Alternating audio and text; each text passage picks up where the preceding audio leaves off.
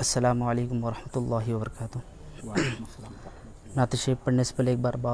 شکریہ۔ اللہم صلی علی سیدنا شفیعنا حبیبنا نبینا مولانا محمد مبارک وسلم۔ عشق گر آپ کا نہیں ملتا، عشق گر آپ کا نہیں ملتا، عشق گر آپ کا نہیں ملتا، زندگی کا مزہ نہیں ملتا، دونوں عالم میں ڈھونڈنے پر بھی، دونوں عالم میں ڈھونڈنے پر بھی، ثانی مصطفیٰ نہیں ملتا، ثانی مصطفیٰ نہیں ملتا، زندگی کا مزہ نہیں ملتا، جس نے خود کو مٹا دیا تجھ میں، جس نے خود کو مٹا دیا تجھ میں، جس نے خود کو مٹا دیا تجھ میں، اس کو خود کا پتہ نہیں ملتا، اس کو خود کا پتہ نہیں ملتا، زندگی کا مزہ نہیں ملتا، تیرے ملنے سے دو جہان ملے، تیرے ملنے سے دو جہان ملے، تیرے ملنے سے دو جہان ملے، تیرے ملنے سے کیا نہیں ملتا، تیرے ملنے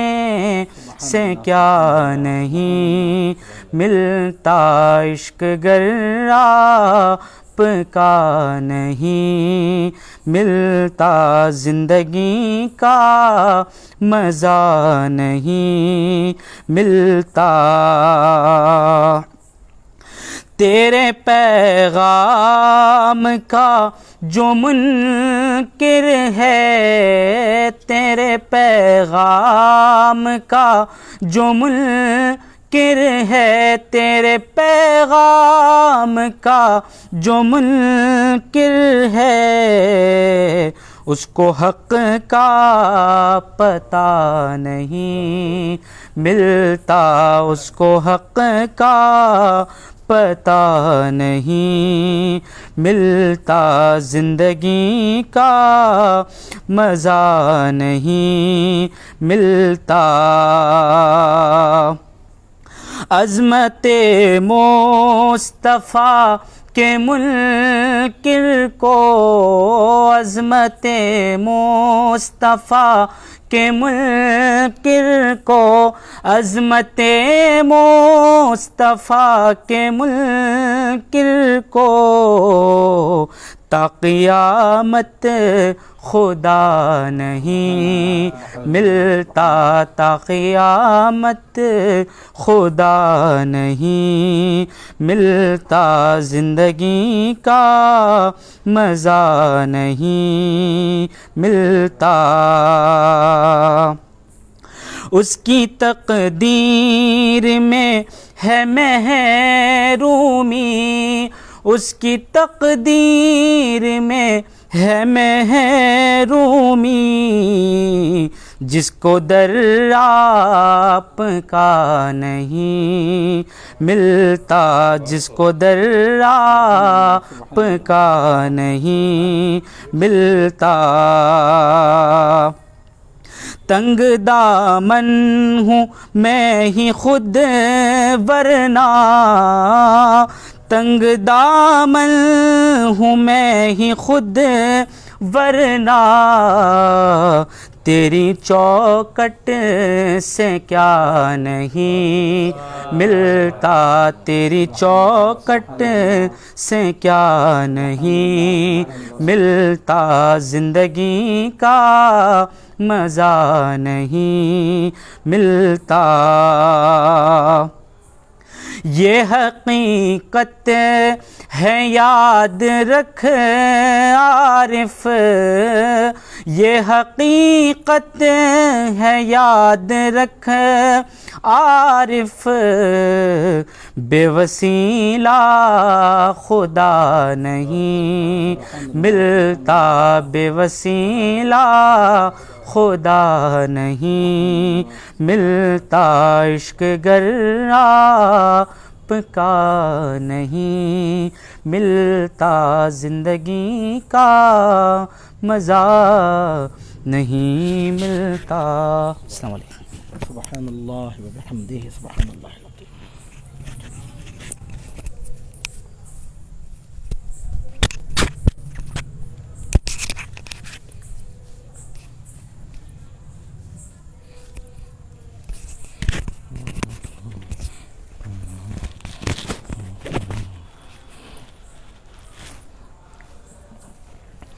السلام علیکم ورحمۃ اللہ وبرکاتہ۔ الحمد للہ رب العالمین، والصلاة والسلام علی سید الانبیاء والمرسلین وعلی آلہ وصحبہ اجمعین۔ نشہد ان لا الہ الا اللہ وحدہ لا شریک لہ، ونشہد ان سیدنا محمدا عبدہ ورسولہ صلی اللہ علیہ وسلم۔ اما بعد، فقد قال اللہ تبارک وتعالی فی عظمت رسولہ وشرف حبیبہ، فاعوذ باللہ من الشیطان الرجیم، بسم اللہ الرحمن الرحیم۔ ان اللہ وملائکتہ یصلون علی النبی یا ایہا الذین آمنوا صلوا علیہ وسلموا تسلیما۔ اللہم صل علی سیدنا محمد وعلی آل سیدنا محمد کما صلیت علی سیدنا ابراہیم وعلی آل سیدنا ابراہیم انک حمید مجید۔ اللہم بارک علی سیدنا محمد وعلی آل سیدنا محمد کما بارکت علی سیدنا ابراہیم وعلی آل سیدنا ابراہیم انک حمید مجید۔ چشم اقوام یہ نظارہ ابد تک دیکھے، رفت شان رفعنا لک ذکرک دیکھے، قوت عشق سے ہر پست کو بالا کر دے، دہر میں اسم محمد سے اجالا کر دے، صلی اللہ علیہ وعلی آلہ وصحبہ وسلم۔ اسلام ما اطاعت خلفاء راشدین، ایمان ما محبت آل محمد است، صلی اللہ علیہ وعلی آلہ وصحبہ وسلم۔ الحمدللہ ثم الحمدللہ، اللہ رب العزت کے فضل و کرم سے، اس کے حسن توفیق سے، بارگاہ سید الابدال سرکار لاؤبالی قدس اللہ تعالی سرہ العزیز قدسنا بسرہ الاکرم کہ پرنور پرتقدس فضاؤں میں 4 روزہ بزم حسن مجتبیٰ علیہ السلام کے دوسرے دن کا یہ پروگرام آج منعقد ہو رہا ہے۔ یہ آن لائن پروگرام آج منعقد ہو رہا ہے، اور جتنے ہمارے ناظرین اور ہمارے سامعین ہمارے ساتھ شریک ہیں، ہم ان سب کا خیر مقدم کرتے ہیں۔ ہمارے اس پروگرام کو جوائن کرنے والوں نے جوائن کیا ہے: عشرت جہان قادری الکاظمی، جبار بیگ، محمد علی قادری، نصرت جہاں، محمد معراج الدین قادری، سید مصطفیٰ علی قادری، سید عتیق شیخ عتیق قادری نصرت جہاں، اور اکرم خان قادری وغیرہ نے کامنٹس بھی کیے ہیں۔ ان کے علاوہ دوسرے لوگ بھی اس میں شریک ہیں۔ بہرحال جتنے لوگوں نے سلام کیا ہے ان سب کے سلام کا مجموعی طور پہ جواب دیا جاتا ہے۔ وعلیکم السلام ورحمۃ اللہ وبرکاتہ۔ اور پنجتن پاک کے تمام پروانوں کا اس بزم حسن مجتبیٰ علیہ السلام میں استقبال کیا جاتا ہے، اور جیسا کہ اعلان کیا گیا ہے کہ آج کے دوسرے دن کے پروگرام کے لیے، آج کی دوسرے دن کے نشست کے لیے جو ٹاپک، جو عنوان تجویز پایا ہے وہ ہے سیدنا امام حسن مجتبیٰ علیہ السلام کے اہل و عیال۔ کل ہم نے سرکار صبت رسول اللہ خلیفۃ رسول اللہ امیر المومنین سیدنا امام حسن مجتبیٰ علیہ السلام کے احوال مبارک کا ایک حلقہ سا خاکہ پیش کرنے کی کوشش کی تھی، آپ کے سوانح مبارک کی چند اہم ترین جھلکیاں دکھانے کی سعادت حاصل کی تھی۔ آج بطور خاص آپ کی زوجات مکرمات اور آپ کے صاحبزادگان والا شان اور آپ کی مبارک مقدس شہزادیوں کا، آپ کے ازواج و اولاد کا تذکرہ کرنے کی سعادت حاصل کی جا رہی ہے۔ بطور تمہید کے دو باتیں میں آپ کے سامنے پیش کرنے جا رہا ہوں، پھر اصل سلسلے کلام پہ پلٹ کے آؤں گا۔ تمہیداً دو باتیں عرض کرنے کی ہیں، ان میں پہلی بات تو یہ ہے کہ اسلام میں نکاح کرنے کی غیر معمولی تاکید آئی ہے اور عام حالتوں میں اس کو سنت موقدہ کہا گیا ہے، اور پیغمبر اسلام صلی اللہ علیہ وسلم نے نکاح کرنے کو نصف دین قرار دیا ہے، یعنی مطلب یہ کہ جب کوئی مسلمان نکاح کر لیتا ہے تو اس کے آدھے دین کی تکمیل ہو جاتی ہے، اور بقیہ آدھے دین کی تکمیل کے لیے سرکار صلی اللہ علیہ وسلم نے تقوی اختیار کرنے کی وصیت فرمائی۔ یہاں سے معلوم ہوتا ہے کہ کوئی اپنے آپ کو بہت بڑا عالم، بہت بڑا خطیب، بہت بڑا مقرر قرار دے اور اس سنت سے وہ محروم رہے تو ہرگز اس قابل نہیں کہ اس کو قوم کا پیشوا مانا جائے، الا ماشاء اللہ۔ بعض اکابر اولیاء کرام بزرگان دین سے بھی یہ حالت ثابت ہوئی ہے، لیکن وہ آٹے میں نمک کے برابر معاملہ ہے۔ 1,24,000 پیغمبروں کی کم و بیش سنت یہی ہے کہ نکاح کیا جائے، اور جو انسان صحیح فطرت پہ پیدا ہوتا ہے وہ نکاح کرتا ہے، اس کو نکاح کرنا چاہیے۔ الا ماشاء اللہ اکا دکا اللہ کے ولیوں کی جو بات آتی ہے وہ مستثنیٰ ہے، وہ عام احکام جب بھی سنائے جاتے ہیں تو اس میں بعض شخصیتیں مستثنیٰ ہوتی ہیں، اس استثناء کو چھوڑ کے بقیہ عام لوگوں کے لیے، ایوریج درجے کا ایمان رکھنے والے لوگوں کے لیے، عام لوگوں کے لیے، عام مسلمانوں کے لیے یہی بات ہے کہ نکاح کرنا اہم ترین سنت ہے۔ نکاح کی برکت یہ ہوتی ہے کہ انسان کے نامہ عمل میں ایسا غیر معمولی اضافہ ہوتا ہے کہ انسان تنہا جتنی نیکیاں اپنے نامہ عمل میں شامل کرواتا ہے وہ ایک انسان کی محنت کا نتیجہ ہوتا ہے، لیکن جب آدمی نکاح کرتا ہے اور اس کی اولاد جب صحیح راستے پہ چل نکلتی ہے تو اولاد کی نیکیوں کا ثواب بھی، اولاد کے اعمال حسنہ کا ثواب بھی اولاد کے ثواب میں کمی کیے بغیر ان کے آبا و اجداد کے نامہ عمل میں بھی داخل کیا جاتا ہے۔ کسی کی اولاد میں جو نیک عمل انجام پاتا ہے تو اللہ رب العزت اپنے فضل و کرم سے آبا و اجداد کو بھی، ماں باپ کو بھی اس کا ثواب عطا فرماتا ہے۔ آپ یوں سمجھیے کہ جس شخص نے شادی نہیں کی وہ تنہا انڈیویجولی نام عمل میں اضافے کی کوشش میں لگا رہتا ہے، اس کے برخلاف جب کوئی مرد مومن نکاح کر لیتا ہے تو اس کی اولاد میں جتنے صالحین پیدا ہوتے ہیں اور نیک اعمال انجام دیتے ہیں، اللہ رب العزت ان کے اعمال صالحہ کے ثواب سے ان کے آبا و اجداد کو بھی بہرور فرماتا ہے۔ تو یہ تو ایک بنیادی بات ہوئی، اس سے نکاح کی اہمیت کا پتہ چلتا ہے، اور خلفائے راشدین نے سب نکاح کیا، اور مولا کائنات علی المرتضیٰ کرم اللہ وجہہ الکریم کے دونوں شہزادے جن سے رسول پاک صلی اللہ علیہ وسلم کی نسل پاک قیامت کی صبح تک کے لیے چل رہی ہے، اور امام مہدی کے ظہور مبارک تک برکت میں کمی ہوئے بغیر چلتی رہے گی، تو یہ در حقیقت اس نکاح کی برکت تھی جو مولا کائنات علی المرتضیٰ کرم اللہ وجہہ الکریم نے شہزادی کونین سلام اللہ علیہ سے فرمایا تھا۔ اس کے بعد پھر حسنین کریمین نے جب نکاح فرمایا تو ان کی اولادوں کے ذریعے یہ مبارک سلسلہ دنیا میں جاری ہوا۔ تو تمہیداً پہلی بات میں آپ کے سامنے یہ پیش کر رہا ہوں کہ نکاح کرنا اہم ترین سنت ہے۔ نکاح کرنے سے آدمی پر ذمہ داریاں عائد ہوتی ہیں، اس پر رسپانسبلٹیز آتی ہیں، اور اس کی زندگی میں ایک ڈسپلن پیدا ہوتا ہے، اور زندگی میں انسان کو آزمانے کے لیے بھیجا گیا ہے تو آدمی آزمائش میں پورا اترتا ہے۔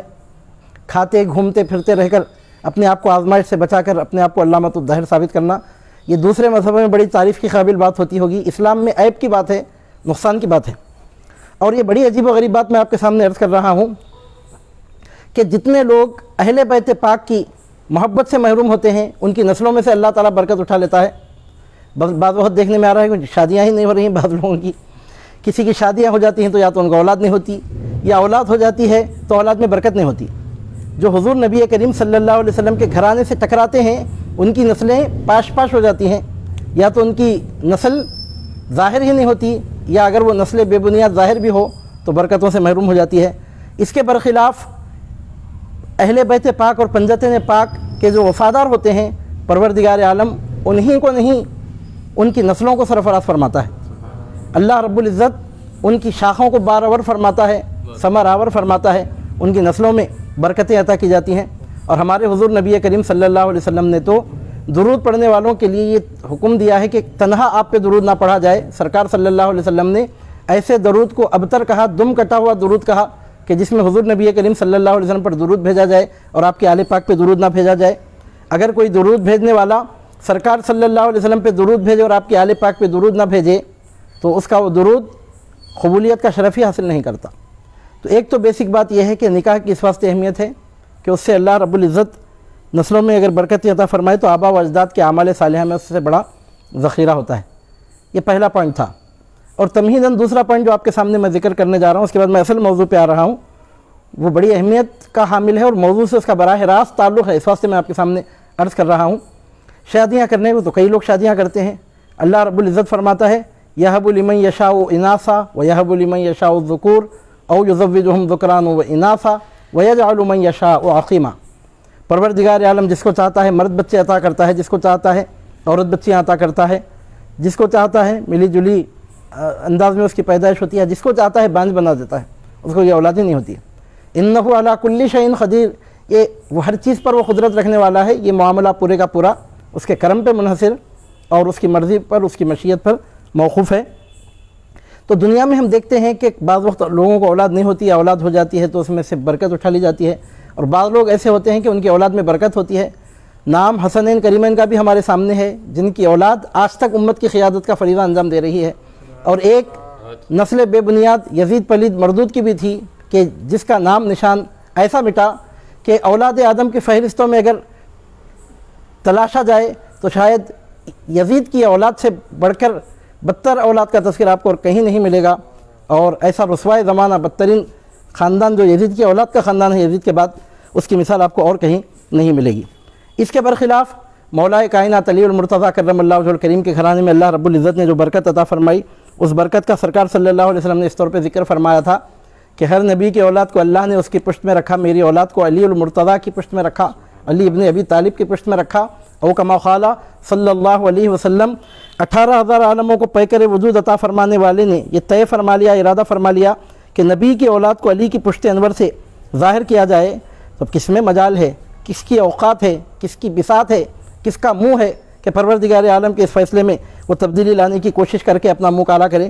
عزیزان محترم، یہ اللہ رب العزت کے فیصلے ہوتے ہیں۔ اعوذ باللہ من الشیطان الرجیم، انا اعطیناک الکوثر۔ اللہ تعالیٰ فرماتا ہے اے حبیب، ہم نے آپ کو کوثر عطا فرمایا۔ اور کوثر عطا فرمانے کا مطلب کیا ہے؟ تو مفسرین نے اس کی کئی تفسیروں میں سے ایک تفسیر یہ بھی بیان فرمائی کہ اللہ رب العزت نے ہمارے حضور نبی کریم صلی اللہ علیہ وسلم کی اولاد پاک میں خوب برکت عطا فرمائی، اور کوثر کا مطلب یہ ہے کہ سرکار صلی اللہ علیہ وسلم کی نسل پاک قیامت تک باقی بھی رہے گی، اور اس نسل پاک میں برکت بھی باقی رہے گی۔ کسی بڑے سے بڑے بادشاہ کے بارے میں آپ گارنٹی نہیں دے سکتے کہ اس کی اولاد کا سلسلہ دنیا میں باقی رہے گا، لیکن دونوں جہاں کے مالک و مختار نبینا و مولانا محمد الرسول اللہ جد الحسن والحسین صلی اللہ علیہ وسلم کی جب دنیا میں جلوہ فرمائی ہوئی تو اللہ رب العزت نے آپ سے وعدہ فرمایا کہ پروردگار عالم آپ کو کوثر عطا فرمائے گا۔ اور کوثر کا مطلب کیا ہے؟ تو بعض مفسرین فرماتے ہیں کئی مطلبوں میں سے ایک مطلب یہ ہے کہ سرکار صلی اللہ علیہ وسلم کی اولاد مبارک کا سلسلہ باقی بھی رہے گا، اور صرف اولاد باقی رہ جائے بڑی بات نہیں ہے، اولاد باقی رہے، اولاد میں برکت بھی رہے، یہ اللہ رب العزت کا بہت بڑا فضل و کرم ہے۔ کوثر کا مطلب صرف یہی نہیں ہے کہ اولاد باقی رہے گی، کئی لوگوں کے ایسے اولادیں باقی رہتی ہیں کہ ماں باپ کا سر شرم سے جھک جاتا ہے، بعض اولادیں ایسی نکلتی ہیں ماں باپ یہ بولنے پہ مجبور ہوتے ہیں کہ اگر یہ اولاد پیدا نہیں ہوتی تو ہمارے لیے اچھا تھا،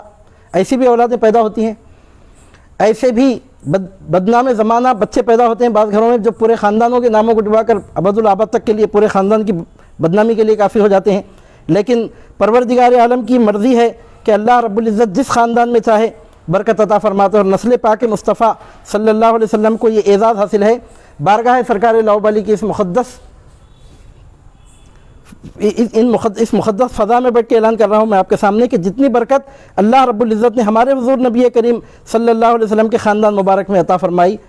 پنجتین پاک کی نسل پاک میں عطا فرمائی، بالفاظ دیگر حسن و حسین علیہم السلام کی اولاد میں جو اللہ رب العزت نے برکت عطا فرمائی، اس کی مثال آپ کو اور کہیں ملنا مشکل ہے۔ تو امام حسن مجتبیٰ علیہ السلام کے ازواج و اولاد کا ہم تذکرہ کر رہے ہیں۔ سیکنڈ پوائنٹ بولنا اس لیے ضروری تھا کہ امام حسن کی نسل صرف امام حسن کی نسل نہیں ہے، امام حسن کی نسل خاتم الانبیاء سید المرسلین صلی اللہ علیہ وسلم کی نسل پاک کا تسلسل ہے۔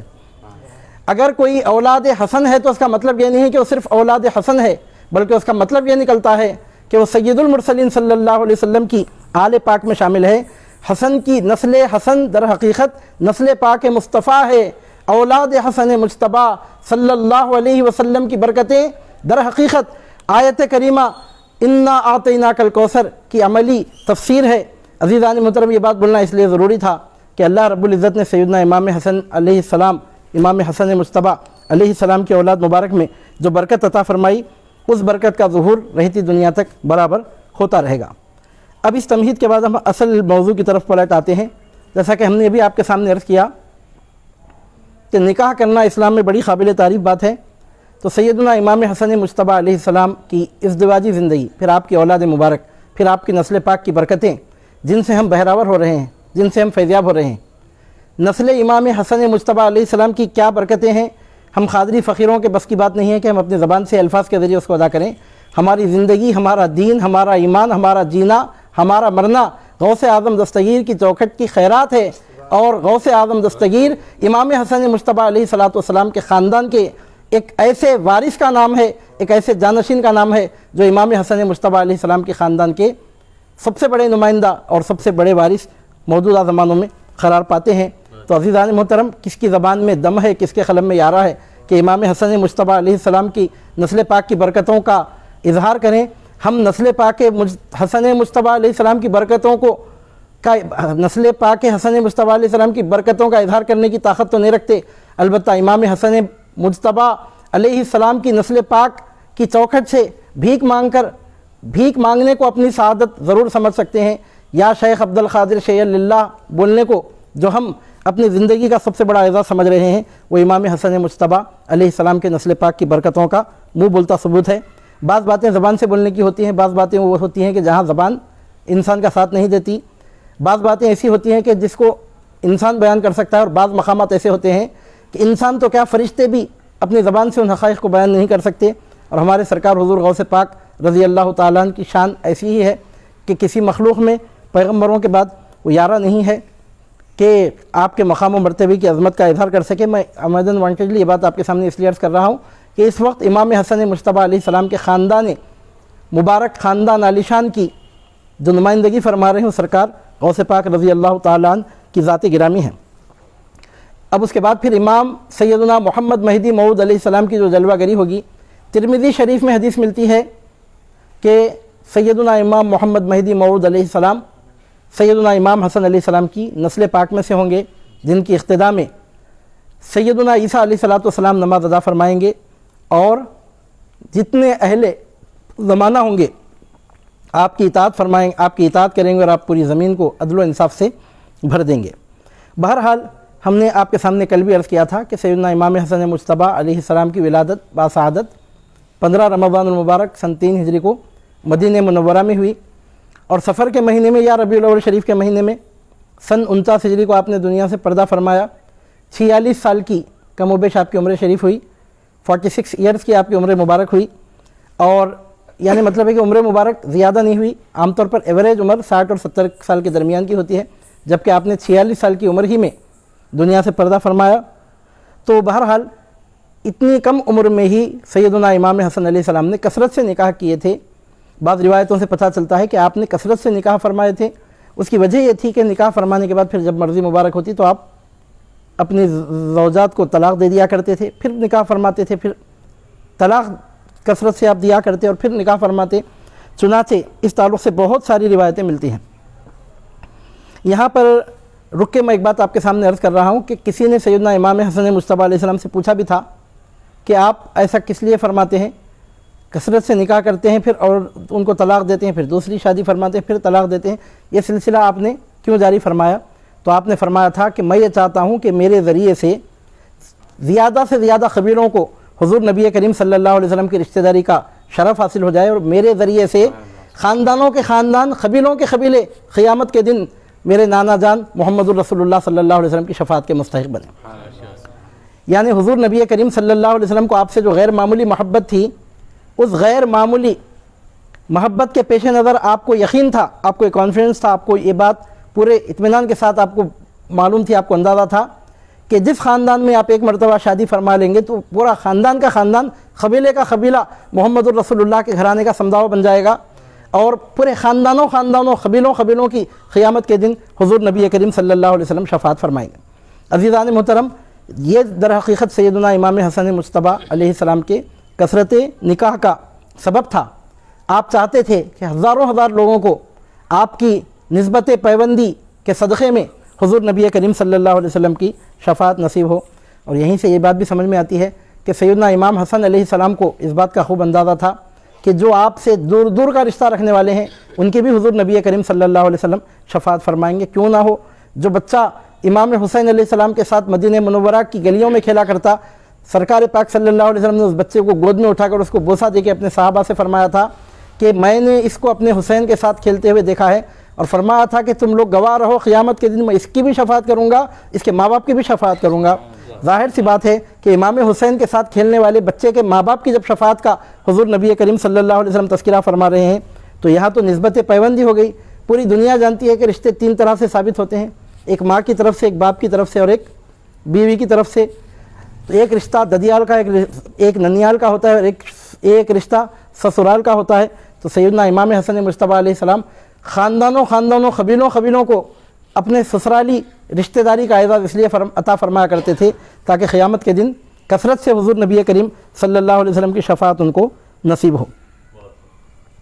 سیدنا امام حسن مجتبیٰ علیہ السلام نے کتنے نکاح کیے اور کتنے طلاق دیے، اس تعلق سے کوئی ایک حتمی بات بولنا اس لیے مشکل ہے کہ آپ کثرت سے طلاق دینے کے عادی تھے،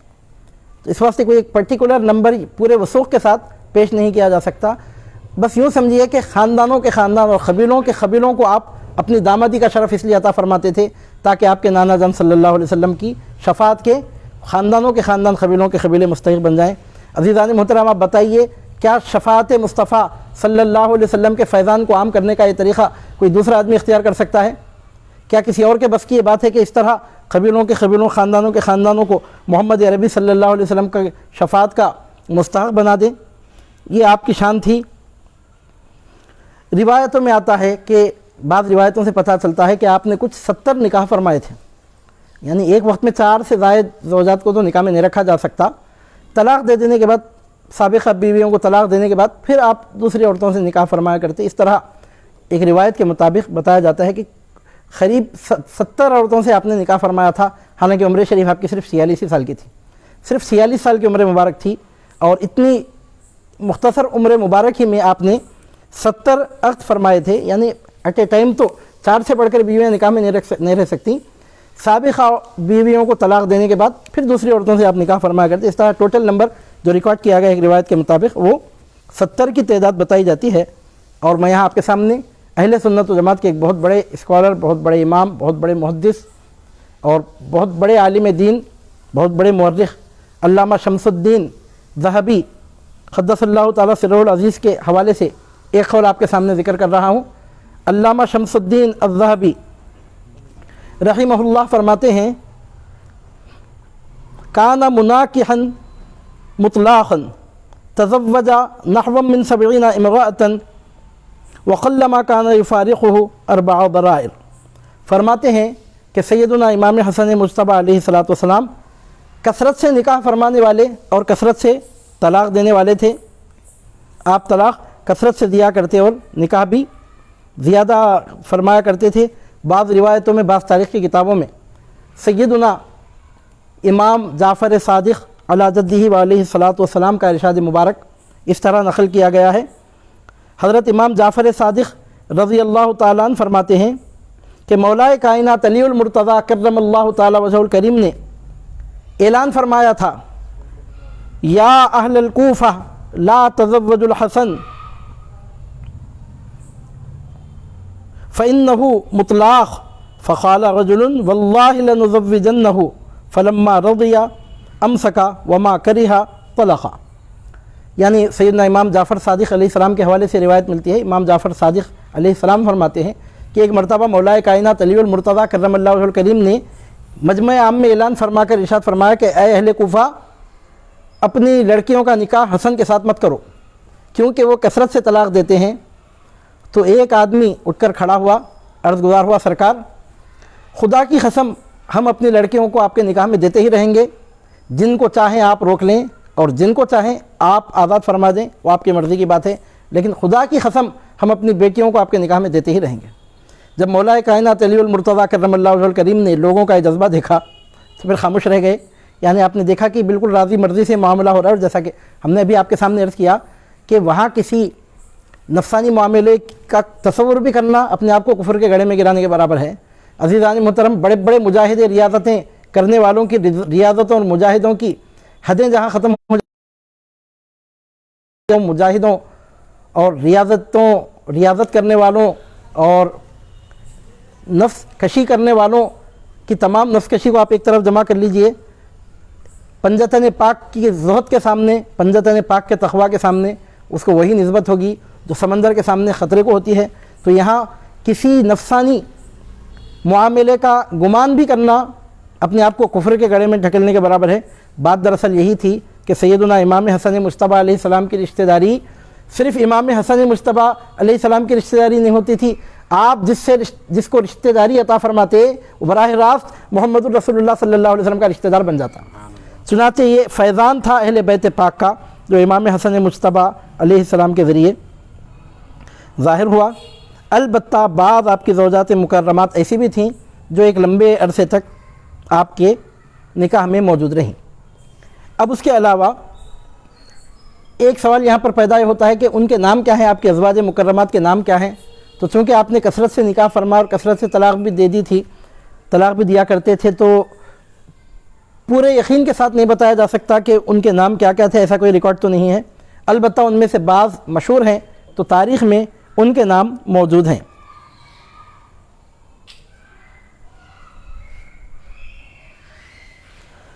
بطور مثال 11 زوجات مکرمات کے آپ کے اس طور پہ تذکرہ ملتا ہے. بطور برکت کے ان 70 میں سے کم و بیش 11 زوجات مکرمات کا تذکرہ ہم کو اس طور پر ملتا ہے، ان کے نام ریکارڈڈ ملتے ہیں 11 کے.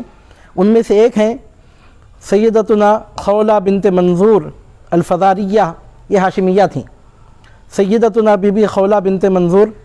اور آپ کی نسل پاک میں اللہ رب العزت نے بہت برکت عطا فرمائی، کیونکہ امام حسن علیہ السلام کی جتنی اولاد دنیا میں پھیلی زیادہ سے زیادہ، تو سب سے بڑھ کر امام حسن علیہ السلام کی اولاد پھیلی امام حسن مثنیٰ علیہ السلام کے ذریعے سے، اور یہ بی بی خولہ بنت منظور امام حسن مثنیٰ کی والدہ تھیں. سیدنا امام حسن مثنیٰ علیہ السلام کی والدہ ماجدہ خولہ بنت منظور الفزاریہ، یہ سیدنا امام حسن مجتبیٰ علیہ السلام کی اہلیہ مکرمہ تھیں. اور سیدنا امام حسن مجتبیٰ علیہ السلام کی ایک دوسری زوجہ کا نام اس طرح ملتا ہے جعدہ بنت الاشعث، جعدہ بنت الاشعث. اور بعض مورخین نے کہا ہے کہ امام حسن علیہ السلام کے دشمنوں کے بہکاوے میں آ کر امام حسن علیہ السلام کو زہر دینے والی یہی آپ کی زوجہ تھیں، لیکن بعض مورخین نے اس کا سختی سے انکار کیا ہے، اور اس روایت میں بہت سخت اختلاف ہے. کہنے والے کہتے ہیں لیکن اس کا انکار کرنے والے بہت سختی سے انکار بھی کرتے ہیں. امام حسن علیہ السلام کے قاتل کی جب بات آتی ہے تو میں ایک بات آپ کے سامنے عرض کر رہا ہوں کہ امام حسن مجتبیٰ علیہ السلام کا قاتل کون ہے، یہ ڈکلیئر نہیں ہوا. جب ڈکلیئر نہیں ہوا تو ہم کسی کا نام نہیں لے سکتے. سامنے سے کون تھا، پیچھے سے کون تھا، ہم کو معلوم ہی نہیں ہے، کیونکہ وہ بات سامنے نہیں آئی. ایک بات تو چھوٹا بچہ بھی جانتا ہے کہ ریموٹ چلانے والا جب ریموٹ چلاتا ہے تو جیسا ریموٹ چلانے والا آپشن دیتا ہے اس کے مطابق مشین کام کرتی ہے. تو سامنے سے مشین کون تھی، پیچھے سے ریموٹ کس کے ہاتھ میں تھا، واللہ تعالی اعلم بالصواب، ہم کو معلوم ہی نہیں ہے. اور معلوم نہیں ہے کا مطلب یہ نہیں کہ قیامت تک کے لیے، ابد الآباد تک کے لیے وہ بات، ہمیشہ کے لیے وہ بات مٹ گئی، ایسا نہیں ہے. قیامت تک کے لیے اس بات پہ پردہ ڈالا گیا ہے. قیامت کا دن آئے گا تو برابر امام حسن مجتبیٰ علیہ السلام کا قاتل بے نقاب ہو کے سامنے آئے گا اور ذلت و رسوائی کے ساتھ لعنت کا طوق گلے میں پہن کر جہنم میں جائے گا. تب حقائق لوگوں کے سامنے آشکارا ہوں گے کہ وہ کون بدنصیب ملعون کافر تھا کہ جس نے امام حسن مجتبیٰ علیہ السلام کو زہر دیا تھا. لیکن چونکہ ہم کو معلوم نہیں ہے تو اس وقت ہم کچھ بول نہیں سکتے. تو اب امام حسن مصطفیٰ علیہ السلام کے قاتل کا معاملہ کیا ہوگا؟ بعض لوگ بڑے لبرل بنتے ہیں، بولتے ہیں کہ امام حسن علیہ السلام نے اپنے قاتل کو معاف فرما دیا. کہیں معافی کا ایسا تو ذکر نہیں ملتا. آپ نے یہ فرمایا تھا کہ جس پر میں گمان کر رہا ہوں اگر وہ میرا قاتل نہیں ہے تو میں نہیں چاہتا کہ بے گناہ کوئی آدمی میری وجہ سے مارا جائے. اور جس پر میں گمان کر رہا ہوں، اور یہاں گمان کس کا ہے اب آپ کو بات سمجھنا چاہیے. حضور نبی کریم صلی اللہ علیہ وسلم فرماتے ہیں اتقوا فراست المؤمن فإنه ينظر بنور اللہ. مومن کی فراست سے ڈرو کیونکہ وہ اللہ کے نور سے دیکھتا ہے. یہاں گمان آپ کا اور میرا گمان نہیں ہے. جن کے گھر میں پیدا ہونے والے نے اعلان فرمایا لو انکشفت عورت مریدی بالمشرق وانا بالمغرب لسترتها. میں مشرق میں رہوں، میرے مرید کا پردہ مغرب میں چاک ہو رہا ہوں تو میں پردہ پوشی کر لیتا ہوں. عزیزان محترم، جن کے دیکھنے کی یہ کیفیتیں ہوں، تو آپ نے فرمایا تھا کہ جس پر میرا گمان ہے، تو اس سے معلوم ہوتا ہے کہ کسی ایکس وائی زیڈ پر آپ کا گمان تھا برابر. اور آپ نے فرمایا کہ جس ایکس وائی زیڈ پر میرا گمان ہے اگر واقعتاً وہی میرا قاتل ہے تو میں اللہ پر چھوڑ رہا ہوں، قیامت کے دن اللہ تعالیٰ اس سے بدلہ لے گا. عزیزان محترم، یہ اور بھیانک انجام ہو گیا. یعنی پیغمبروں سے جو ٹکراتا ہے اس کا انجام عام ایمان والوں سے ٹکرانے والوں کے جیسا نہیں ہوتا، وہ بہت بری طریقے سے پاش ہوتا ہے. اور پیغمبروں کے بعد پیغمبر ذاتوں سے جو ٹکراتا ہے اس کا انجام بھی بہت زیادہ برا ہوتا ہے، بھیانک ہوتا ہے. عزیزان محترم، بعض صوفیہ اپنے کشف سے کہتے ہیں کہ سرکار غوث پاک رضی اللہ تعالیٰ عنہ کا نام لے کر اگر کوئی بے ادبی کرے تو اس کا خاتمہ ایمان پہ نہیں ہوتا. اب میں بخاری سے مسلم سے حدیث پیش کر کے کوئی فتویٰ نہیں دے رہا ہوں. بعض اہل کشف بزرگان دین عارفین واصلین فرماتے ہیں اگر کوئی میرے پیر سرکار غوث پاک کا نام مبارک لے کر اگر آپ کی بے ادبی کرے تو وہ بدنصیب، اس بدنصیب کا خاتمہ ایمان پہ نہیں ہوتا. اور غوث اعظم جن کی نسبت پہ فخر کر کے فرماتے ہوں انا الحسنی والمغدا مقامی واقدامی علی عنق الرجالی. تم یہ دیکھ رہے ہو کہ میرے قدم اولیاء کی گردنوں پہ ہیں، مغدا میرا مقام ہے. تم کو معلوم ہے میں کون ہوں؟ جس صورت کا نام حسن تھا نا، اسی کی ایک کرن کا نام عبد القادر گیلانی. عزیزان محترم، جب سرکار غوث پاک کا نام لے کر بے ادبی کرنے والے بدنصیب کو جب مرتے وقت کلمہ نصیب نہیں ہوتا تو امام حسن مصطفیٰ علیہ السلام کو زہر کا پیالہ دینے والا ابلیس کا ایجنٹ دجال، جس کے کارناموں کو یاد کر کے شرمائے، اس بدبخت کی کہاں سے مغفرت ہو سکتی ہے اور کہاں سے نجات ہو سکتی ہے؟ امام احمد بن حنبل رحمۃ اللہ علیہ نے یزید کو اس لیے کافر کہا کہ وہ امام حسین علیہ السلام کا قاتل ہے. جب امام حسین علیہ السلام کے قاتل کو احمد بن حنبل نے کافر کہا تو امام حسن علیہ السلام کا قاتل کہاں سے مومن بچے گا؟ اگر امام احمد بن حنبل نے امام حسین کے قاتل کو کافر کہا ہے تو میں آپ کے سامنے اعلان کر رہا ہوں کہ امام حسین کا قاتل اگر کافر ہے تو امام حسن آپ کے بڑے بھائی ہیں، آپ کا قاتل بڑا کافر ہے. وہ چھوٹا کافر کون ہے ہم کو معلوم ہے، ڈکلیئر ہے. وہ بڑا کافر پردے کے پیچھے ہم کو معلوم نہیں ہے. انہیں ظاہر ہو گیا تو اس کے بارے میں معلوم ہے، انہیں چھپا ہوا اس واسطے اس کے بارے میں ہم کو معلوم نہیں ہے، کیونکہ امام حسن مصطفیٰ علیہ السلام نے اس پہ پردہ ڈال دیا. یہاں پر ایک بات اور بھی میں آپ کے سامنے عرض کر رہا ہوں کہ اگر کوئی مسلمان کسی دوسرے مسلمان کو قتل کر دے تو وہ گناہ کبیرہ کا مرتکب ہوتا ہے، کافر نہیں ہوتا. لیکن پنجتن پاک کی شان یہ ہے کہ پنجتن پاک کو اگر کوئی قتل کرنے کی سازش کرے، جیسا کہ امام حسین کا قاتل ہے یا امام حسن مصطفیٰ علیہ السلام کا قاتل ہے، اگر کوئی پنجتن پاک کا قاتل ہو تو پھر عام مسلمانوں کے قاتلوں کے جیسا حکم اس کے لیے نہیں ہے، وہ کافر ہے. حسن مجتبیٰ پر حسین شہید دشت کربلا پر تلوار چلانا محمد الرسول اللہ صلی اللہ علیہ وسلم پر تلوار چلانے کے برابر ہے. نعوذ باللہ من ذالک. آپ غور کیجئے کہ اگر کوئی مسلمان ہے اور پیغمبر پر اگر وہ تلوار چلا رہا ہے، نعوذ باللہ من ذالک، پیغمبر برحق صلی اللہ علیہ وسلم کو اگر وہ زہر دے رہا ہے تو اس کا ایمان کہاں سے باقی رہے گا؟ اب آپ بولتے ہوں گے کہ اتنی زور سے آپ بول رہے ہیں وہ ہے کون آخر بتائیے. قیامت کی صبح تک کوئی بتا نہیں سکتا کہ وہ ہے کون.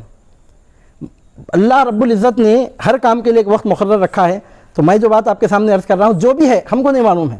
میں سرکار لوبالی کی بارگاہ میں بیٹھ کے بول رہا ہوں اور کسی کی طرف میں گمان نہیں کر رہا ہوں، میری بات کو غلط رنگ میں نہ لیا جائے. معلوم ہی نہیں ہے تو میں کیسے بول سکتا ہوں کہ اس کا نام کیا ہے؟ نام لیے بغیر غیر معینہ طور پہ البتہ یہ میں ضرور کہہ رہا ہوں کہ جو بھی امام حسن علیہ السلام کا قاتل ہے وہ مسلمان تو نہیں ہے، اور جتنی اس کی فضیلتیں تھیں اس دن ختم ہو گئیں جس دن اس نے امام حسن علیہ السلام کو زہر دیا تھا. کیونکہ ایمان باقی بچے گا تو ہر فضیلت باقی بچے گی، اور جب ایمان ہی باقی نہیں بچا تو کون سی فضیلت کہاں سے باقی رہے گی؟ عزیزان محترم، اگر فضیلتیں بالفرض جس کی بھی جو بھی تھیں، اگر کوئی قاتل تھا، اگر وہ قرون اولیٰ میں سے تھا، کوئی فضیلت اس کے لیے تھی بھی تو اس دن پھر اس کی وہ فضیلت ختم ہو گئی. لیکن میں آپ کے سامنے یہ بات عرض کر رہا ہوں کہ جعدہ بنت اشعث کے بارے میں یہ جو کہا جاتا ہے کہ جعدہ بنت اشعث نے امام حسن مصطفیٰ علیہ السلام کو زہر دیا تھا، میں آپ سے پوچھ رہا ہوں کہ جب امام حسن علیہ السلام نے ایسا کہہ دیا، امام حسین علیہ السلام نے آپ سے پوچھا کہ آپ بتائیے کہ آپ کا قاتل کون ہے، آپ کے شہادت کا بدلہ لے کر ہم اپنی آنکھوں کو ٹھنڈی کرنا چاہتے ہیں، تو امام حسن علیہ السلام نے فرمایا کہ میں نہیں چاہتا کہ میری وجہ سے کوئی بے گناہ میری وجہ سے کوئی مارا جائے، کیونکہ میں جس پر گمان کرتا ہوں اگر وہ نہ ہو میرا قاتل اور اگر وہ مارا جائے تو میں نہیں چاہتا کہ میری وجہ سے ناحق کسی کی جان جائے، اور جس پر میں گمان کرتا ہوں واقعتاً وہی میرا قاتل ہے تو میں دنیا میں ظاہر نہیں کروں گا، آخرت میں اللہ رب العزت اس سے بدلہ لے گا۔ امام حسن مصطفیٰ علیہ السلام کا ارشاد مبارک، آپ کو زہر دینے والے آپ کے دشمن کے حق میں کفر کا فتویٰ تھا، امام حسن علیہ السلام کا یہ فرمانا۔ اللہ رب العزت قیامت کے دن اس سے بدلہ لے گا۔ امام حسن مصطفیٰ علیہ السلام نے گویا اس کو کفر کا فتویٰ دیا اور اس کی معافی کی آپ نے بات نہیں کی، بلکہ اس کو لعنت کا طوق اس کے گلے میں ڈال کر اس کے جہنم میں جانے کا آپ نے اعلان فرمایا، کیونکہ آپ پیغمبروں کے جانشین ہیں اور پیغمبروں کے جانشینوں کو اللہ رب العزت ذلیل و رسوا فرماتا ہے۔ تو اب میں جو بات آپ کے سامنے عرض کرنے جا رہا ہوں، یہ ضمن میں نکلی بات، میں یہ پوچھ رہا ہوں جب اس طرح معلوم ہی نہیں ہے تو تو ہم جادہ بنت اشعث کا یا اور کسی کا نام کس طرح لے سکتے ہیں؟ صحیح بات یہی ہے، ہمارا نظریہ یہی ہے کہ امام حسن علیہ السلام کا قاتل کون ہے، ہم کو معلوم ہی نہیں ہے، اور میں کسی کی طرف اشارہ بھی نہیں دے رہا ہوں، اشارہ دینا بھی نہیں چاہیے۔ جو بات ہم کو معلوم ہے تو ہم اشارہ دیں گے، اور جو بات معلوم ہی نہ ہو تو ہم اشارہ کیسے دیں گے؟ ایکس وائی زیڈ فرض کر لیجئے، امیجن کر لیجئے کہ کوئی ایکس وائی زیڈ امام حسن مصطفیٰ علیہ السلام کا قاتل جہنمی کافر تھا کہ جس نے آپ کو زہر دیا اور جس کے بارے میں اللہ رب العزت کی مرضی سے دنیا کی حد تک اس کو مغفر رکھا گیا، ہم کو معلوم ہی نہیں ہے وہ کون ہے، تو جادہ بنت اشعث نے زہر دیا، یہ ہم کیسے کہہ سکتے ہیں؟ بہرحال سیدنا حسن علیہ السلام کی ایک زوجہ مکرمہ کا نام جو ریکارڈ ہوا ہے وہ ہے عائشہ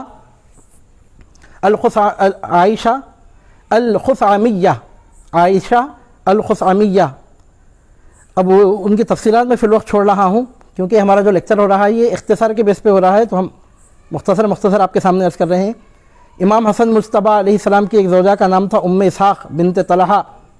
بن عبید اللہ، اور امام حسن علیہ السلام کی ایک زوجہ مکرمہ کا نام تھا بشیر بنت ابی مسعود الانصاری، اور آپ کے ایک محل مبارک کا نام تھا کلثوم بنت الفضل بن عباس بن عبد المطلب، اور آپ کے ایک محل مبارک کا نام تھا ہند بنت عبد الرحمن بن ابی بکر الصدیق رضی اللہ عنہم، اور آپ کی ایک زوجہ مکرمہ کا نام آپ کے ایک محل مبارک میں تھیں ولد جو بنی ثقیف سے تھیں، آپ کے محل مبارک میں ایک ولد تھیں جو بنی عمر بن اہیم المنخری سے تھیں، اور آپ کے محل مبارک میں ایک ولد تھیں جو بنی شیبان من آل حمام بن مرہ سے تھیں، یعنی مطلب یہ کہ یہ امام حسن علیہ السلام کی زوجات تھیں اور ان کے علاوہ بھی آپ کی دیگر ازواج بھی تھیں۔ اب یہاں سے ہم سرکار سیدنا امام حسن علیہ السلام کے شہزادوں کا، آپ کے اولاد پاک کا مختصر تذکرہ کرنے جا رہے ہیں۔ سیدنا امام حسن علیہ السلام کو اللہ رب العزت نے اولاد میں بڑی برکت عطا فرمائی، اور آپ کی اولاد دنیا میں ظاہر ہوئی، اور ان کے ذریعے پھر آپ کی نسل پاک کی برکتیں بھی دنیا کے سامنے ظاہر ہوئیں، اور الحمدللہ آج تک بھی وہ برکتیں جاری و ساری ہیں، اور قیامت تک انشاءاللہ تعالی ان مبارک برکتوں کا ظہور ہوتا ہی رہے گا۔ اب چلیے سیدنا امام حسن علیہ السلام کے شہزادوں کا ہم تذکرہ کرتے ہیں۔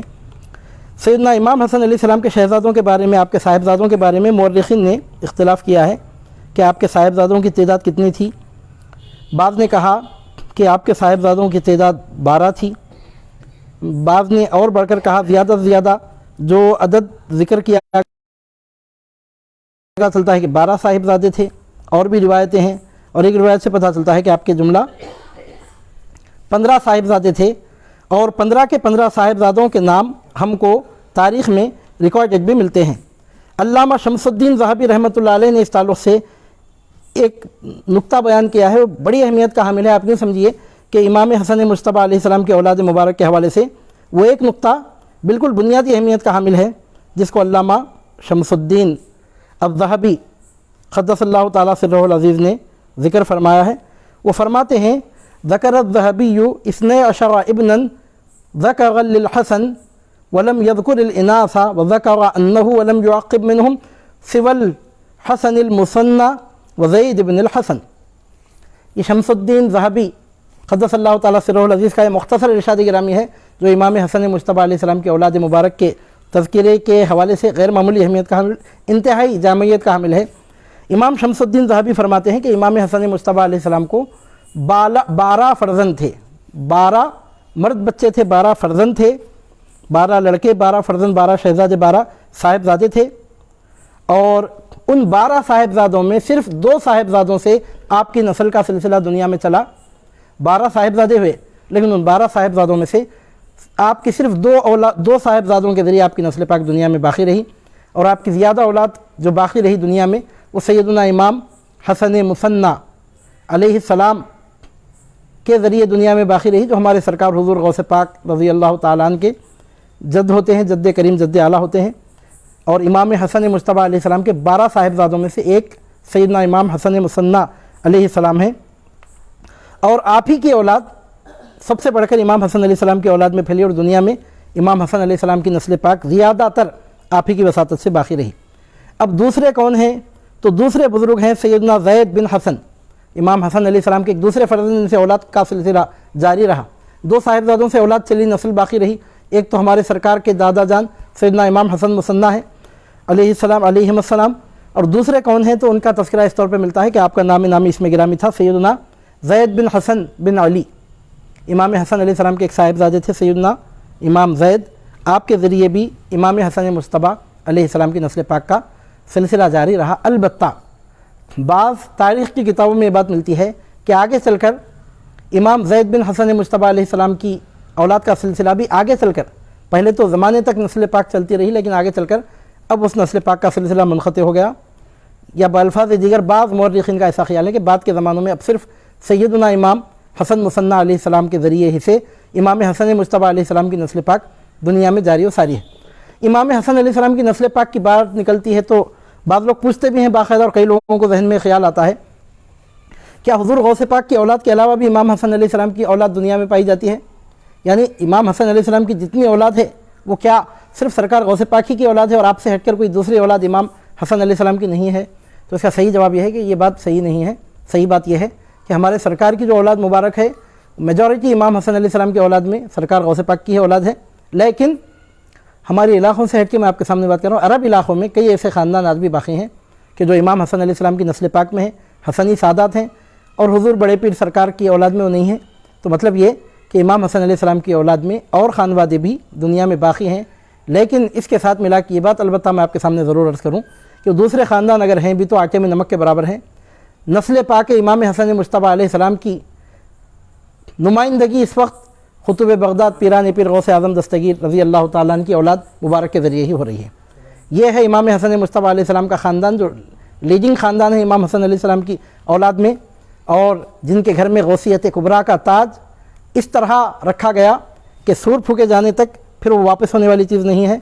تو عزیزان محترم، امام حسن علیہ السلام کی اولاد پاک میں یہ 2 خاندان، 2 صاحبزادے آپ کے ایسے ہوئے جن سے آپ کی نسل پاک چلی۔ ایک سیدنا امام حسن مثنیٰ، ان سے آپ کی اولاد مبارک زیادہ دنیا میں پھیلی، اور آپ کی والد ماجدہ کا، امام حسن مثنیٰ علیہ السلام کی والد ماجدہ کا نام تھا بی بی خولہ بنت منظور الفزاریہ، جو ہاشمیہ تھیں، خاندان بنو ہاشم سے آپ کا تعلق تھا۔ یعنی سیدنا امام حسن مثنیٰ علیہ السلام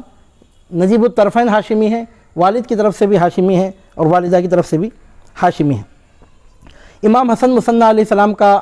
وصال مبارک 97 سن ہجری میں ہوا، اور آپ کا روضہ مبارک عراق میں زیارت گاہ ہے، مشہور ہے، لوگ جاتے ہیں حاضری دینے کا شرف حاصل کرتے ہیں۔ امام حسن مثنیٰ علیہ السلام کا روضہ مبارک مشہور ہے۔ اور پھر امام حسن علیہ السلام کے ایک دوسرے صاحبزادے زید بن حسن، جن سے آپ کی اولاد پھیلی، آپ سن 30 ہجری میں پیدا ہوئے تھے، اور 90 سال کی آپ کی عمر مبارک ہوئی۔ مطلب یہ کہ آپ کی عمر شریف بہت لمبی ہوئی، اور 120 ہجری میں آپ نے دنیا سے پردہ فرمایا۔ اب اس کے بعد اب بقیہ جو صاحبزادے تھے، 12 میں سے 2 تو ہو گئے، باقی 10 بچے۔ اب ان کے نام کیا ہیں؟ میں برکتاً وہ نام آپ کے سامنے، ان مبارک ناموں کا ہماری زبان پہ آنا بھی ہمارے لیے باعث برکت ہے، تو مبارک نام میں آپ کے سامنے لے رہا ہوں۔ بعض روایتوں میں جو 15 کا تذکرہ کیا گیا ہے، تو 15 میں سے 2 نکال دیے تو 13 جو بچتے ہیں، وہ مبارک نام صرف میں نام لے رہا ہوں برکتاً۔ اب بقیہ 13 صاحبزادوں کے نام کیا تھے؟ سیدنا طلحہ بن حسن علیہ السلام، سیدنا قاسم بن حسن علیہ السلام، سیدنا ابو بکر بن حسن علیہ السلام، سیدنا علی بن حسین علیہم السلام، سیدنا عبداللہ بن حسن علیہم السلام، سیدنا عمرو بن حسن علیہم السلام، سیدنا حسین بن حسن علیہم السلام، سیدنا محمد الاکبر علیہ السلام، سیدنا محمد الاصغر علیہ السلام، سیدنا جعفر علیہ السلام، سیدنا حمزہ علیہ السلام، سیدنا عبد الرحمن علیہ السلام، سیدنا یعقوب علیہ السلام، سیدنا اسماعیل علیہ السلام. یعنی سیدنا امام حسن مجتبیٰ علیہ السلام کے ان 15 صاحبزادوں کے نام پاک تاریخ میں ریکارڈڈ ملتے ہیں. جیسا کہ ہم نے مشہور سنی اسکالر اور محقق اور مورخ علامہ شمس الدین ذہبی کے حوالے سے آپ کے سامنے عرض کیا کہ ان 15 صاحبزادوں یا 12 شہزادوں میں سے صرف 2 صاحبزادوں کی اولاد باقی رہی. بعض مورخین کے مطابق اب اس وقت جتنی امام حسن مجتبیٰ علیہ السلام کی اولاد دنیا میں باقی ہے وہ ہمارے سرکار غوث پاک کے دادا جان امام حسن مثنیٰ علیہ السلام کے ذریعے باقی رہی، اور ان میں بھی میجورٹی وہ حضور سرکار پیران پیر غوث اعظم دستگیر رضی اللہ تعالیٰ عنہ کی اولاد مبارک ہے. ہر گلیرا رنگ و بوئے دیگر است امام حسن مجتبیٰ علیہ السلام کی اولاد مبارک میں جو برکتیں ظاہر ہوئیں بطور خاص حضور پیران پیر غوث اعظم دستگیر رضی اللہ تعالیٰ عنہ کی اولاد مبارک میں انٹرنیشنل تجزیے کے طور پہ بات میں آپ کے سامنے عرض کر رہا ہوں کہ کسی بھی سلسلے کے صاحب سلسلہ کی اولاد کے ذریعے ان کا سلسلہ اتنا نہیں پھیلا جتنا غوث پاک کی اولاد کے ذریعے غوث اعظم دستگیر کا سلسلہ پھیلا. آپ دیکھیں یہاں سرکار لاؤبالی کے آستانے میں ہم حاضر ہیں، یہ حضور پیران پیر غوث اعظم دستگیر رضی اللہ تعالیٰ عنہ کی اولاد میں بالفاظ دیگر سیدنا امام حسن مجتبیٰ علیہ السلام کی اولاد میں ہیں، جو ہمارے اس پورے علاقے میں اسلام کے مبلغ اعظم سب سے بڑے مبلغ ہیں. تو بہرحال عزیزان محترم اس طرح اللہ رب العزت نے آپ کی اولاد مبارک میں برکتیں عطا فرمائیں. اور امام حسن مجتبیٰ علیہ السلام کی اولاد مبارک کے بارے میں اور 2 اہم باتیں بیان کر کے پھر میں اپنی بات کو تکمیل تک لا رہا ہوں. آج کی اس درس کو لیکچر کو میں تکمیل تک پہنچا 2 اہم باتیں آپ کے سامنے ذکر کروں گا. اس میں سے پہلی اہم بات یہ ہے کہ جب سید الشہداء سیدنا امام حسین علیہ السلام کربلا میں تشریف لے گئے تھے تو اس وقت امام حسن مجتبیٰ علیہ السلام کے صاحبزادوں کا کیا رول رہا، انہوں نے اپنے چچا جان کا کس طرح ساتھ دیا اور کیا معاملہ رہا. تو اس تعلق سے آپ کو معلوم ہونا چاہیے کہ امام حسن کے سیدنا امام حسن مجتبیٰ علیہ السلام کے صاحبزادے اپنے چچا جان کی خدمت بابرکت میں امام حسین علیٰ جدہ علیہ صلاۃ والسلام کی خدمت بابرکت میں کربلا میں حاضر بھی تھے، اس کا باقاعدہ ریکارڈ ملتا ہے. اور امام حسن مجتبیٰ علیہ السلام کے 3 صاحبزادے ایسے تھے جنہوں نے میدان کربلا میں صبت رسول اللہ ریحانۃ النبی سیدنا امام حسین علیٰ جدہ علیہ صلاۃ والسلام پر سے اپنی جان نچھاور کی اور اپنی جان کا نذرانہ فرزند رسول امام حسین علیہ السلام کی خدمت میں پیش کیا. یعنی کربلا میں شہید ہوئے امام حسن علیہ السلام کے 3 صاحبزادے، ان میں سے ایک تھے سیدنا قاسم، دوسرے تھے سیدنا ابو بکر اور تیسرے تھے سیدنا عبداللہ. یعنی امام حسن علیہ السلام کے گھر سے 3 شہادتیں میدان کربلا میں پیش کی گئیں. امام حسن علیہ السلام کے 3 صاحبزادے سیدنا قاسم، سیدنا ابو بکر، سیدنا عبداللہ، یہ 3 صاحبزادے میدان کربلا میں شہید ہوئے. ان کے علاوہ امام حسن مثنیٰ علیہ السلام بھی کربلا میں موجود تھے. اور امام حسن المجتبیٰ علیہ السلام کے ایک فرزند تھے سیدنا عمرو بن حسن، ان کے بارے میں بتایا جاتا ہے کہ آپ بالکل بچپن شریف کی عمر میں تھے، یعنی بالکل کم عمری میں تھے، بالکل بچپن کی عمر تھی. چنانچہ جب امام حسین علیہ السلام کی شہادت کا معاملہ پیش آیا تو اس کے بعد یزید پلید مردود کی فوجوں نے جب خاندان رسول کو قیدی بنا کر یزید پلید مردود کے دربار میں جب پیش کیا تھا تو ان میں امام حسن علیہ السلام کے شہزادے سیدنا عمرو بن حسن بھی موجود تھے جو کم عمر تھے. اور تاریخ کی بعض کتابوں میں ملتا ہے کہ یزید پلید مردود لعین نے جب عمرو بن حسن کو دیکھا تو آپ کے بارے میں دریافت کیا، اور جب اس کو بتایا گیا کہ سیدنا امام حسن مجتبیٰ علیہ السلام کے شہزادے ہیں تو نخل کفر نہ باشد، اس بدبخت نے کہا تھا تو اچھا یہ سانپ کا بیٹا سپولا ہے، نعوذ باللہ من ذالک العیاذ باللہ تعالی. یعنی مطلب یہ کہ امام حسن مجتبیٰ علیہ السلام کے خاندان کی بھی قربانیاں معرکہ کربلا میں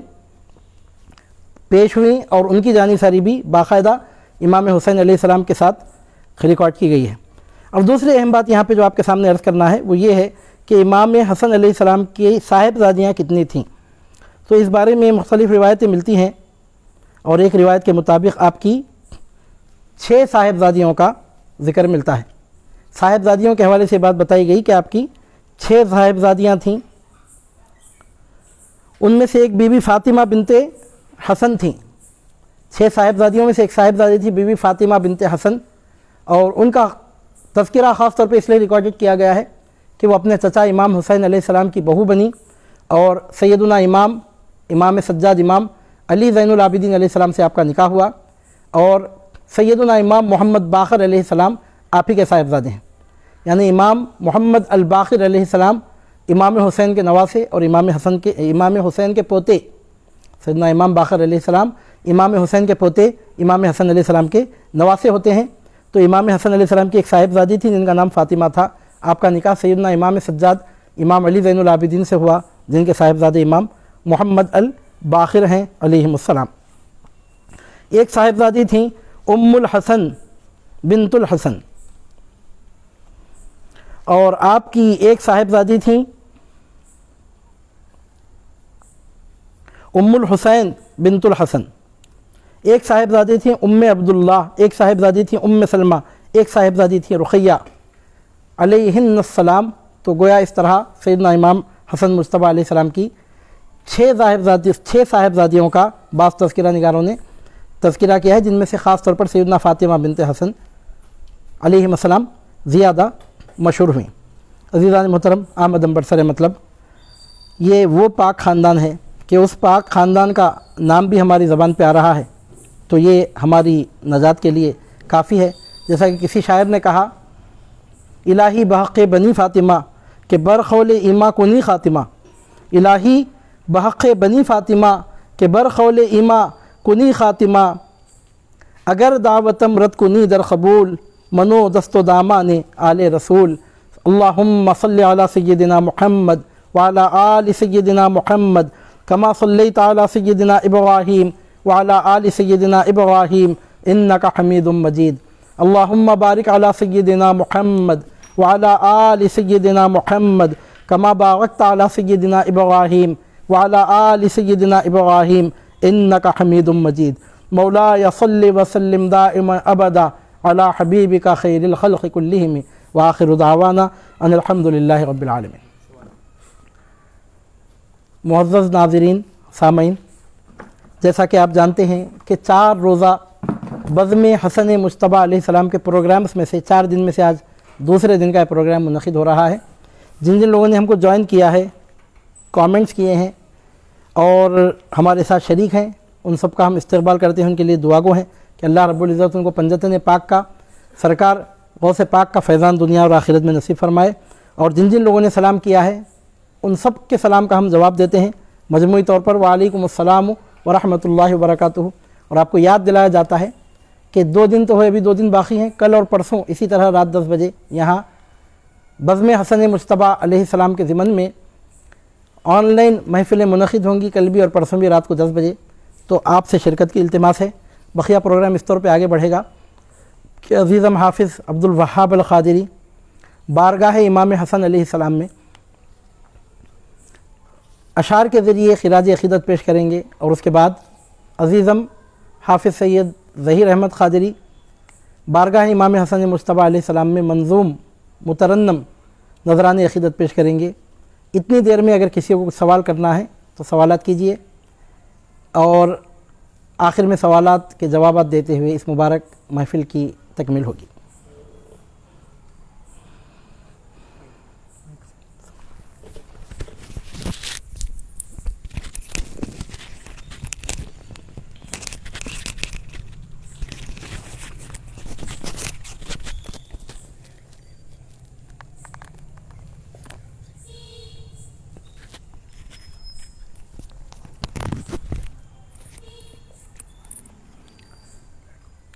السلام علیکم ورحمۃ اللہ وبرکاتہ۔ میرے خیال کو نسبت ہوئی مدینے سے، مہک گلاب کی آنے لگی پسینے سے، میرے خیال کو نسبت ہوئی مدینے سے، مہک گلاب کی آنے لگی پسینے سے، نبی کی آل سے الفت نہیں تو مر جاؤ، تمہارا مرنا ہی بہتر ہے ایسے جینے سے،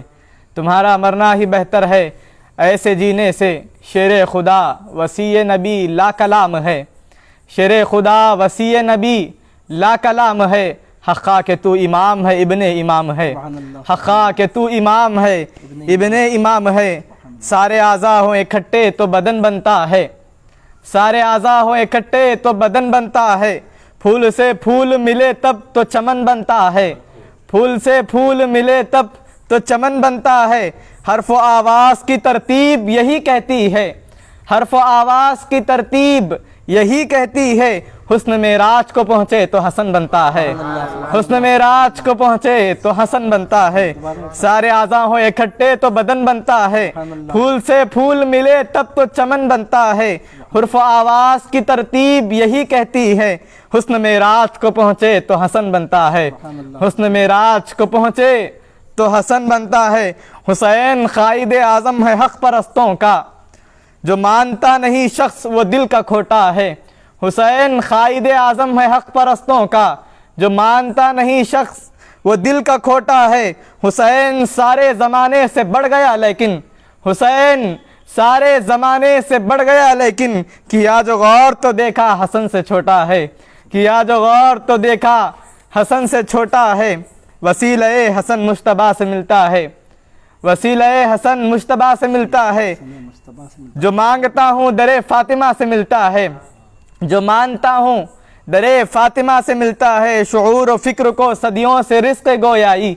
شعور فکر کو صدیوں سے رزق گویائی، خاموشی حسن مجتبیٰ سے ملتا ہے، خاموشی حسن مجتبیٰ سے ملتا ہے، محمد و علی و فاطمہ حسین و حسن،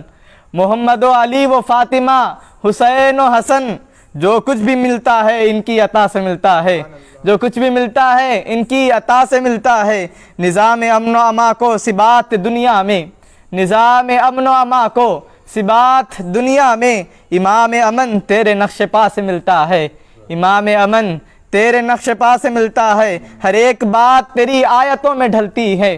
ہر ایک بات تیری آیتوں میں ڈھلتی ہے، ہر ایک حسن عمل مصطفیٰ سے ملتا ہے، ہر ایک حسن عمل مصطفیٰ سے ملتا ہے، منافقت کی فضا میں سکون امن و اما، منافقت کی فضا میں سکون امن و اما، امام امن کی مدح و ثنا سے ملتا ہے، امام امن کی مدح و ثنا سے ملتا ہے، علی کے گھر کی طرف ہے نظر زمانے کی، علی کے گھر کی طرف ہے نظر زمانے کی، خبر جو پائی ہے مولا حسن کے آنے کی، خبر جو پائی ہے مولا حسن کے آنے کی، مرید ہو گئی شبر کی ذوالفقار علی، مرید ہو گئی شبر کی ذوالفقار علی، ادائیں دیکھی ہے جب سے قلم چلانے کی، ادائیں دیکھی ہے جب سے قلم چلانے کی، ابھی میں جشن امام حسن میں آیا ہوں، ابھی میں جشن امام حسن میں آیا ہوں، اے موت جا ابھی فرصت نہیں ہے آنے کی، اے موت جا ابھی فرصت نہیں ہے آنے کی، ہے ذکر مولا حسن پنجتن کی آمد ہے، ہے ذکر مولا حسن پنجتن کی آمد ہے، بدل رہی ہے فضائیں غریب خانے کی، بدل رہی ہے فضائیں غریب خانے کی، ہے ذکر مولا حسن پنجتن کی آمد ہے، ہے ذکر مولا حسن پنجتن کی آمد ہے، بدل رہی ہے فضائیں غریب خانے کی، بدل رہی ہے فضائیں غریب خانے کی، جہاں میں سورہ کوثر کی جب تفسیر بولے گی، جہاں میں سورہ کوثر کی جب تفسیر بولے گی، تو اس تفسیر میں شبر کی ہی تفسیر بولے گی، تو اس تفسیر میں شبر کی ہی تصویر بولے گی، میرے مولا حسن کو زیر چادر آ تو لینے دو، میرے مولا حسن کو زیر چادر آ تو لینے دو، ملک کے بولنے سے پہلے خود تطہیر بولے گی، ملک کے بولنے سے پہلے خود تطہیر بولے گی، حسن نے صلح نامہ لکھ کے خاموشی سے بتلایا، حسن نے صلح نامہ لکھ کے خاموشی سے بتلایا کہ ہارا کون یہ خرطاس کی تحریر بولے گی، کہ ہارا کون یہ خرطاس کی تحریر بولے گی، حسن نے صلح نامہ لکھ کے خاموشی سے بتلایا، حسن نے صلح نامہ لکھ کے خاموشی سے بتلایا کہ ہارا کون یہ خرطاس کی تحریر بولے گی، کہ ہارا کون یہ خرطاس کی تحریر بولے گی، رہوں گا خبر میں میں مطمئن خاموش اے ماجد، رہوں گا خبر میں میں مطمئن خاموش اے ماجد، میرے لکھے ہوئے اشعار کی تحریر بولے گی، میرے لکھے ہوئے اشعار کی تحریر بولے گی، میرے لکھے ہوئے اشعار کی تحریر بولے گی، انہیں اشعار کے ساتھ میں سید ظہیر احمد قادری سے التماس کرتا ہوں کہ وہ تشریف لائیں اور بارگاہ مولا حسن میں نذران عقیدت پیش کرنے کی سعادت حاصل کریں۔ جب تک آپ حضرات کو جو سوالات کرنا ہے سوالات کیجیے، انشاءاللہ منقبت کے بعد سوالات کے جوابات دیے جائیں گے۔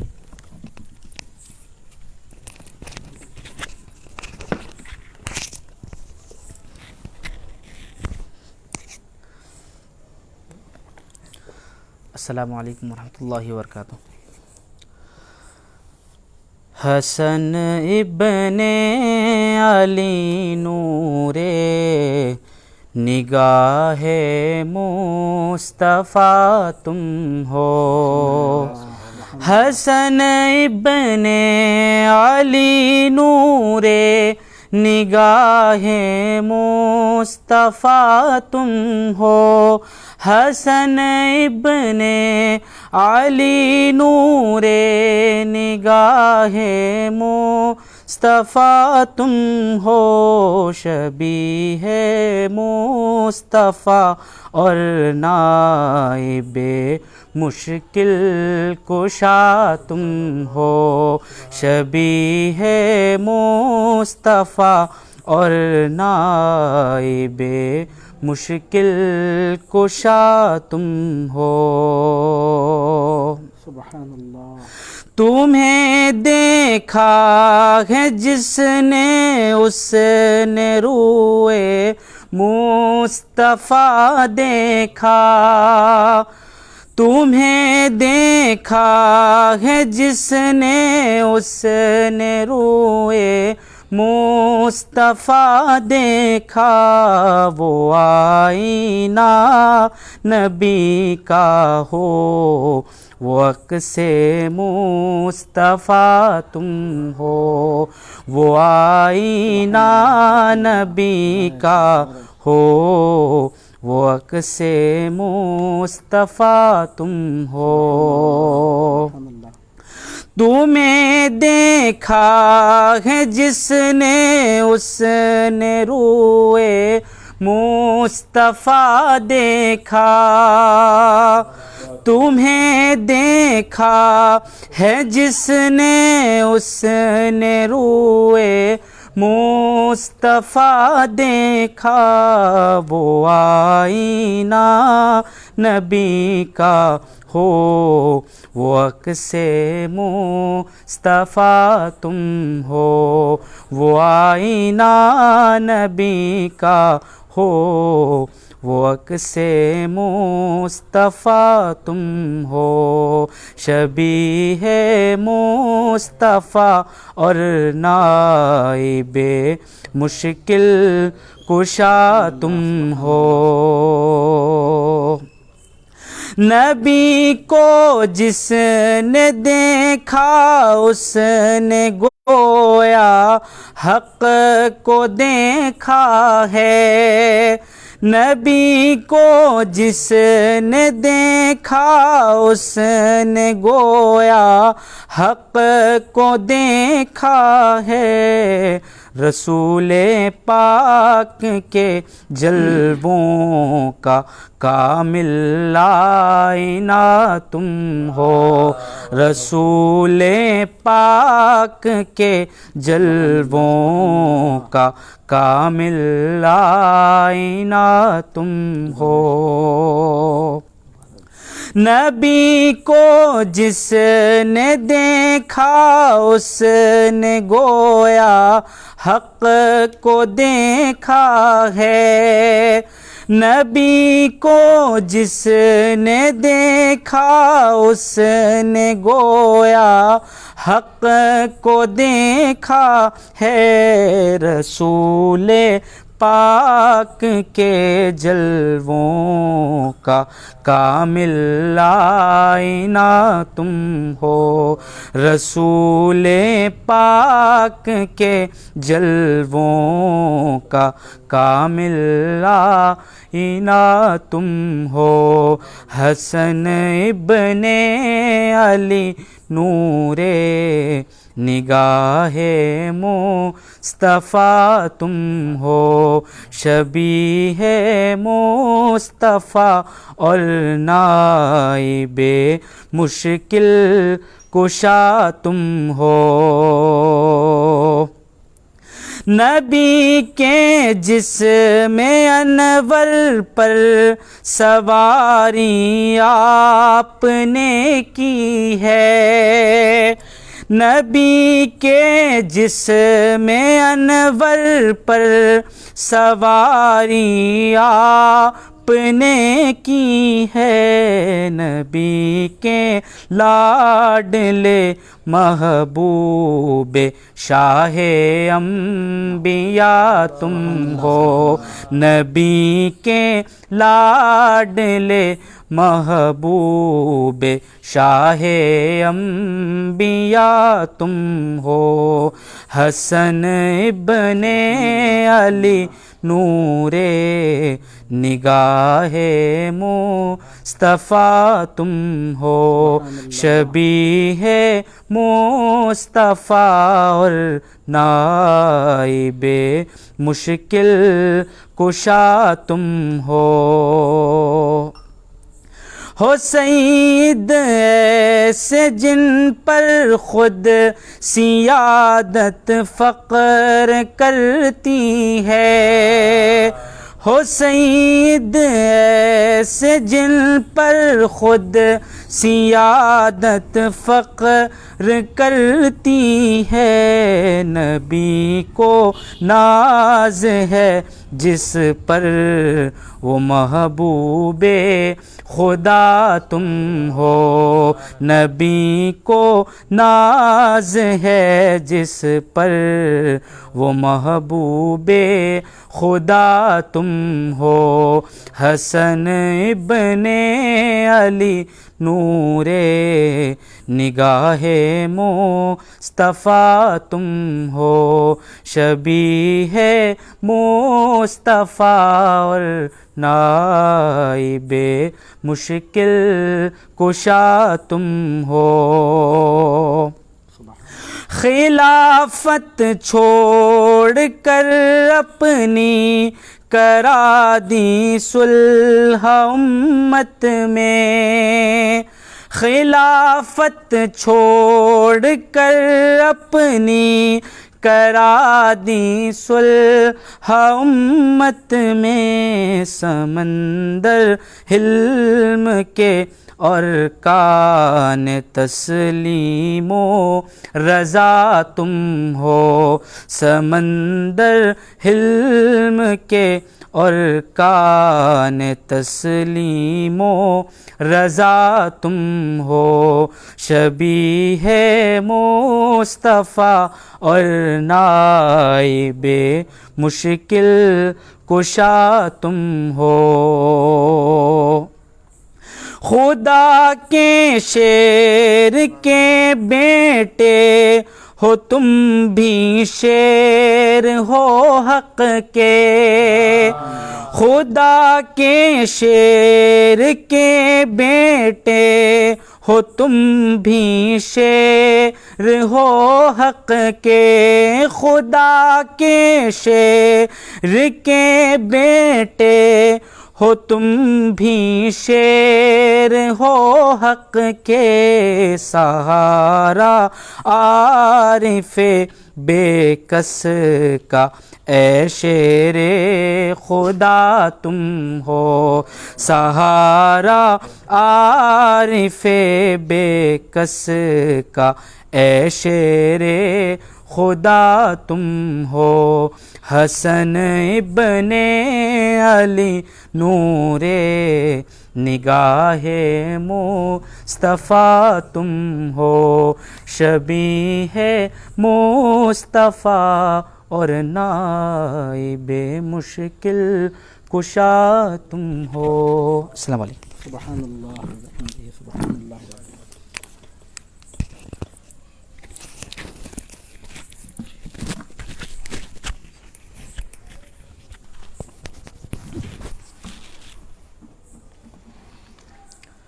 معزز ناظرین، اب ہمارا یہ پروگرام اختتامی مرحلے میں داخل ہو چکا ہے۔ سوالات جوابات کے سیشن کے ساتھ آج کا یہ پروگرام تکمیل کو پہنچ رہا ہے۔ یاد رہے کل اور پرسوں بھی بزم حسن مجتبیٰ علیہ السلام کا انعقاد عمل میں آئے گا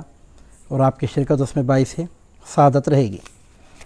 چند سوالات ہیں، ان سوالات کا جواب دے کر آج کی محفل کو تکمیل تک پہنچایا جا رہا ہے۔ ایک سوال یہ ہے،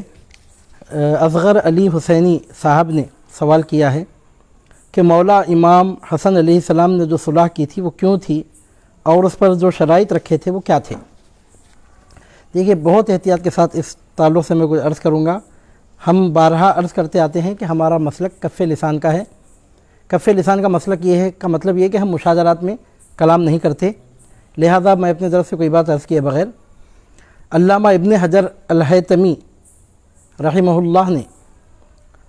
صلح کی جن شرائط کا ذکر فرمایا ہے، بس وہ آپ کے سامنے ذکر کر رہا ہوں۔ کسی کو فتویٰ دینے کا شوق ہے تو شوق سے امام ابن حجر الہیتمی کو فتویٰ دے اور اپنا شوق پورا کریں، کیونکہ میں صرف نقل کر رہا ہوں آپ کے سامنے۔ دنیا پاگل خانہ نہیں بنی ہے، لائبریریاں باقی ہیں، کتابیں زندہ ہیں، اور چونکہ مجھے خود یہ بات معلوم ہے اور میں سیریس یہ بات آپ کے سامنے عرض کر رہا ہوں کہ ہمارے سلسلے قادریہ عالیہ کا سب سے بڑا کنٹریبیوشن یہ رہا ہے کہ ہم نے فرق باطلہ کی تردید کی ہے، مسلک حق اہل سنت و جماعت کو مضبوط کیا ہے۔ ہم کوئی ایسی بات ہرگز نہیں کریں گے جس سے رافضیوں کے مسلک کو تقویت پہنچے۔ یہ ہماری 900 سال کی محنت کا سوال ہے۔ یہ جو مسخرے 40 سال 50 سال کا ریکارڈ رکھ کے ہماری بلی ہمارے سے میاؤں بن کر ہم کو سمجھانے کی کوشش کرتے ہیں، یہ ہمارا خاندانی مشغلہ ہے۔ 900 سال کی ہماری جنریشنز بائی جنریشن، ہماری 25-30 پشتوں کی محنت کا یہ نتیجہ ہے، تو ہم قطعی طور پر اس تعلق سے کمپرومائز قطعی طور پہ نہیں کریں گے۔ جہاں تک بات مشاجرات صحابہ کی آتی ہے تو اس میں ہم دخل نہیں دیتے، انشاءاللہ پورے احتیاط کے ساتھ ہی ہم زبان کھولیں گے۔ تو بہرحال میں جن شرائط کا یہاں پہ ذکر کر رہا ہوں، سوال ہوا ہے تو عرض کر رہا ہوں، اور ایک ایسی جگہ سے میں ان سوالات کے جوابات ڈھونڈ کے آپ کے سامنے پیش کر رہا ہوں کہ جن میں بہت احتیاط کو ملحوظ رکھا گیا ہے، اور نقل کرنے والی ذات گرامی بہت بڑے عالم محقق حضرت ابن حجر الہیتمی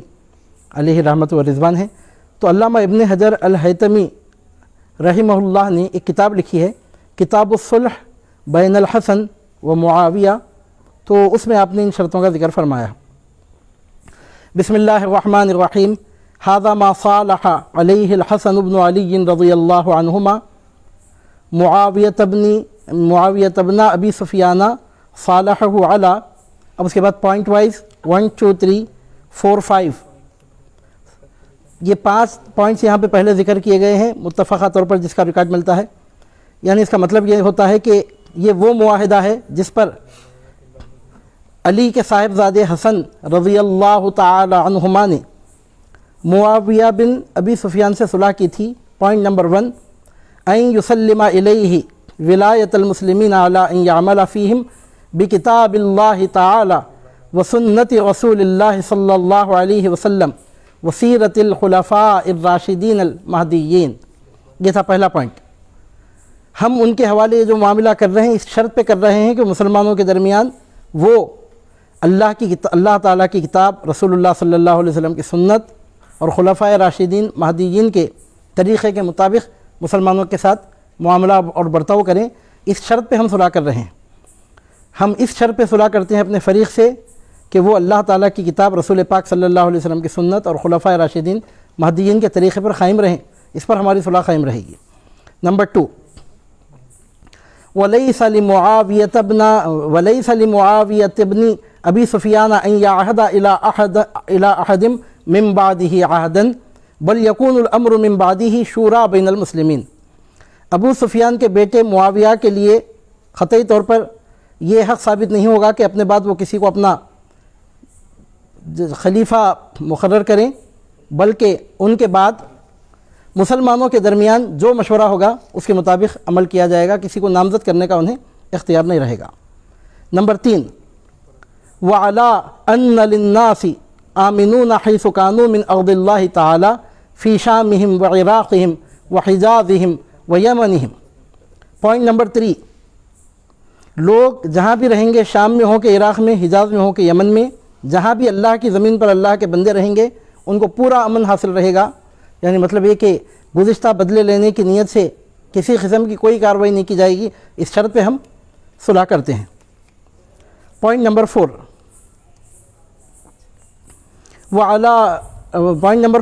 وعلى أن أصحاب علي وشيعته آمنون على أنفسهم وأموالهم ونسائهم وأولادهم حيث كانوا، یعنی مولا کائنات علی المرتضیٰ کرم اللہ وجہہ الکریم کے وابستگان اور آپ کے مددگار، ان کی جانیں محفوظ رہیں گی، ان کے مال محفوظ رہیں گے، ان کی عورتیں محفوظ رہیں گی، ان کی اولادیں محفوظ رہیں گی، چاہے وہ کہیں بھی رہیں، مطلب یہ کہ ان کے ساتھ کسی قسم کی دست درازی نہیں کی جائے گی۔ پوائنٹ نمبر 5 وعلى معاویۃ بن ابی سفیان بذلك عہد اللہ ومیثاقہ وَأَلَّا يَبْتَغِي لِلْحَسَنِ بْنِ عَلِيٍّ وَلَا لِأَخِيهِ الْحُسَيْنِ وَلَا لِأَحَدٍ مِّنْ أَهْلِ بَيْتِ رَسُولِ اللَّهِ صَلَّى اللَّهُ عَلَيْهِ وَسَلَّمَ غَائِلَةٌ سِرًّا وَلَا جَهْرًا وَلَا يَخِيفُ أَحَدًا مِّنْهُمْ فِي أُفُقٍ مِّنَ الْآفَاقِ۔ 5th پوائنٹ یہ تھا کہ ابو سفیان کے فرزند معاویہ پر اس بات پر اللہ تعالیٰ کا عہد لیا جاتا ہے، اس کا میثاق لیا جاتا ہے کہ حسن کے علی المرتضیٰ کے شہزادے حسن مجتبیٰ اور آپ کے بھائی سیدنا حسین اور رسول اللہ صلی اللہ علیہ وسلم کے اہل بیت پاک میں سے کسی پر خاموشی کے ساتھ یا علل اعلان کوئی زیادتی نہیں کی جائے گی، اور کہیں ان پر کوئی مخالفانہ کارروائی ان کے ساتھ نہیں کی جائے گی۔ اشہد علیہ فلان و فلان ابن فلان وکفا باللہ شہیدہ، اس بات پر فلاں و فلاں بن فلاں گواہ ہیں، وکفا باللہ شہیدہ۔ اور بعض روایتوں میں خود اہل سنت و جماعت میں بھی اس شرط کا بھی اضافہ ملتا ہے کہ اس میں یہ شرط بھی لکھی گئی تھی کہ مولا علی المرتضیٰ کرم اللہ وجہہ الکریم کو گالی گلوچ نہ کی جائے گی، اور نام لے کر آپ کی بے ادبی نہیں کی جائے گی، اور مولا علی المرتضیٰ کرم اللہ وجہہ الکریم پر عام مجمع میں گالی گلوچ نہ کی جائے، یہ بھی شرط لی گئی تھی۔ اس کے علاوہ بھی اور بھی شرائط تھیں۔ عزیزان محترم، یہ جو میں آپ کے سامنے شرائط کا تذکرہ میں نے آپ کے سامنے کیا، اس مقصد سے ہے آپ اندازہ لگائیے کہ سیدنا امام حسن علیہ السلام نے کس طرح ایثار و قربانی کے ساتھ اور مسلمانوں کے درمیان امن و امان کو قائم کرنے کے لیے، اور کس حکمت عملی کے ساتھ اور کس طرح کی دور اندیشی کے ساتھ ان شرائط کو پیش فرمایا تھا۔ بہرحال بڑی احتیاط کے ساتھ ہم نے اس مرحلے کو طے کرنے کی کوشش کی ہے، علامہ ابن حجر الہیثمی رحمہ اللہ کی تحریر کے حوالے سے۔ تو مولا امام حسن علیہ السلام نے جو صلح کی تھی اس کے شرائط کیا تھے، وہ تو یہ تھے۔ اور صلح کیوں کی تھی، تو یہ بات تو بالکل کھلی بات ہے کہ کسی کے باپ سے ڈر کر صلح کرنے کی نوبت نہیں آئی تھی، صرف اس لیے صلح کی تھی کہ آپ حضور نبی کریم صلی اللہ علیہ وسلم کے نواسے شہزادے ہیں، اور آپ دیکھ رہے تھے کہ دونوں طرف سے لا الہ الا اللہ کے ساتھ ملا کر محمد الرسول اللہ صلی اللہ علیہ وسلم کے نام کا کلمہ پڑھنے والوں پر تلواریں چلیں گی، ان کا خون بہے گا۔ تو اب جن کے نانا جان کے نام کا کلمہ پڑھنے والے تھے ان کے دل میں ہمدردی تھی، مال مفت دل بے رحم کا معاملہ نہیں تھا۔ آپ نہیں چاہتے تھے کہ آپ کے نانا جان کا کلمہ پڑھنے والے اس طرح کیا بولنا چاہیے کہ بے دریغ قتل کیے جائیں۔ تو صلح کرنے کی نعوذ باللہ من ذالک یہ وجہ نہیں تھی، نعوذ باللہ کہ آپ بزدلی کی وجہ سے آپ نے ایسا کیا، العیاذ باللہ تعالی، یا جیسا کہ بعض جاہلوں اور امام حسن مجتبیٰ علیہ السلام کے بعض بے ادبوں کا یہ کہنا ہے کہ امام حسن علیہ السلام مولا علی المرتضیٰ کرم اللہ وجہہ الکریم کی پالیسی سے متفق نہیں تھے، نعوذ باللہ ثم نعوذ باللہ من ذالک، بالکل غلط بات ہے۔ جہاں بھی مولا کائنات علی المرتضیٰ کرم اللہ وجہہ الکریم کی مخالفت کی گئی، شیر خدا کا یہ شیر تلوار ہاتھ میں لے کر میدان جنگ میں کود پڑا۔ اور ابھی ہم نے آپ کے سامنے عرض کیا کہ امام حسین علیہ السلام نے جب کربلا میں تاج شہادت پہنا تو اس وقت ایک نہیں، امام حسن مجتبیٰ علیہ السلام کے 3 شہزادے شہید ہوئے۔ اگر یزید کو امام حسن مجتبیٰ علیہ السلام سے کوئی پرابلم نہیں تھا تو اس نے سیدنا عمرو بن حسن علیہ السلام کو، جو بچپن شریف کی حالت میں قیدی بنا کر اس ملعون کے دربار میں پیش کیے گئے تھے، آپ کو دیکھ کر اس لعین مردود نے یہ کیوں کہا تھا، اچھا تو یہ سانپ کا بیٹا سپولا ہے، العیاذ باللہ تعالی۔ تو اس سے معلوم ہوتا ہے کہ مولا کائنات علی المرتضیٰ کرم اللہ وجہہ الکریم کی پالیسی کے مولا سیدنا امام حسن مجتبیٰ علیہ السلام قطعی طور پر آپ کو اس سے اختلاف نہیں تھا، آپ تو مولا علی المرتضیٰ کرم اللہ وجہہ الکریم کے دست راست تھے، اور آپ کی شہادت کے بعد مولا کائنات کے تمام جانثاروں نے آپ کے ہاتھ پر بیعت کی اور آپ کی خلافت کو تسلیم کیا۔ تو صلح کیوں کی تھی، اس کا ایک ہی جواب ہے، وہ یہ ہے کہ امام حسن علیہ السلام نہیں چاہتے تھے کہ مسلمانوں کا خون بہے، اور کسی سے ڈر کر یا بزدلی کی وجہ سے یا دب کر یا ان پالیسیوں کو پسند نہیں فرما کر آپ نے ایسا کیا، نعوذ باللہ من ذلک، یہ بالکل غلط بات ہے۔ حضور نبی کریم صلی اللہ علیہ وسلم نے فرمایا تھا کہ میرا یہ بیٹا سید ہے، اللہ رب العزت اس کے ذریعے مسلمانوں کے دو گروہوں میں صلح کروائے گا۔ دیکھ رہے تھے کہ دو طرف سے مسلمان ہیں، تلواریں چلیں گی تو ہزاروں مسلمانوں کا خون بہے گا، ہزاروں بچے یتیم ہوں گے، ہزاروں مسلمان عورتیں بیوہ ہوں گی، ان کی زندگیاں زیر و زبر ہوں گی۔ چنانچہ آپ نہیں چاہتے تھے، رحمت للعالمین صلی اللہ علیہ وسلم کے نواسے تھے، تو صلح کیوں کی تھی؟ امن قائم کرنے کے لیے آپ نے صلح کی تھی۔ اچھا، اس کے بعد یہ سوال اور ایک بھی سوال کیا گیا ہے، سید سیف الدین نبیرہ قادری سوال کرتے ہیں کہ امام حسن مجتبیٰ علیہ السلام کو زہر کتنی بار دیا اور کس نے دیا؟ یہ ہمارے سلسلہ قادری عالیہ کے ایک مشہور خانوادے سے آپ کا تعلق ہے کہ آپ ایک بڑے خاندان سے تعلق رکھتے ہیں اور حضور بڑے پیر کے اولاد میں ہیں۔ آپ نے ہمارا پروگرام جوائن کیا، ہمیں اس بات سے خوشی ہے، آپ نے سوال بھی کیا۔ تو اس سوال کا جواب یہ ہے کہ سیدنا امام حسن مجتبیٰ علیہ السلام کو جو زہر دیا گیا اس کے بارے میں یہ بات باقاعدہ ہم کو تفصیل سے ملتی ہے کہ ایک مرتبہ آپ کو زہر نہیں دیا گیا بلکہ کئی مرتبہ آپ کو زہر دینے کی ناپاک کوشش کی گئی۔ سیدنا امام حسن علیہ السلام کی کرامت تھی کہ جب آپ کو زہر دیا گیا تو زہر نے آپ پر اثر نہیں کیا، ٹھیک اسی طرح آپ پر زہر نے اثر نہیں کیا جس طرح آپ کے نانا جان محمد عربی صلی اللہ علیہ وسلم پر خیبر میں گوشت میں یہودیہ عورت کی جانب سے ملا کر دیے جانے والے زہر نے آپ پر اثر نہیں کیا تھا۔ یہ امام حسن علیہ السلام کی کرامتوں میں سے کرامت ہے کہ کئی مرتبہ آپ کو زہر دیا گیا لیکن اس زہر نے آپ پر اثر نہیں کیا، یہاں تک کہ بالآخر ایسا بتایا جاتا ہے کہ سخت قسم کا زہر، اس کے بارے میں ایسا بھی بتایا جاتا ہے کہ ہیرا گھول کر پانی میں ملایا گیا اور پانی کی سراہی میں وہ زہر ملایا گیا، جب آپ نے پانی پیا تو آپ کا جگر پارا پارا ہوا اور اتڑیوں کے کئی ٹکڑے ہوئے اور اس زہر ہلال نے اپنا کام کیا۔ اللہ رب العزت کی جانب سے در حقیقت آپ کے لیے شہادت کا مرتبہ طے ہوا تھا۔ اللہ رب العزت چاہتا تھا کہ آپ کو شہیدوں کی سرداری کے منصب پر فائز فرمائے۔ امام حسین علیہ السلام بھی شہیدوں کے سردار ہیں، امام حسن علیہ السلام بھی شہادت جہری پانے والوں کے سردار امام حسین علیہ السلام ہیں اور شہادت سری پانے والوں کے سردار سیدنا امام حسن علیہ السلام ہیں۔ دونوں جنتی نوجوانوں کے سردار ہیں اور دونوں شہیدوں کے سردار ہیں۔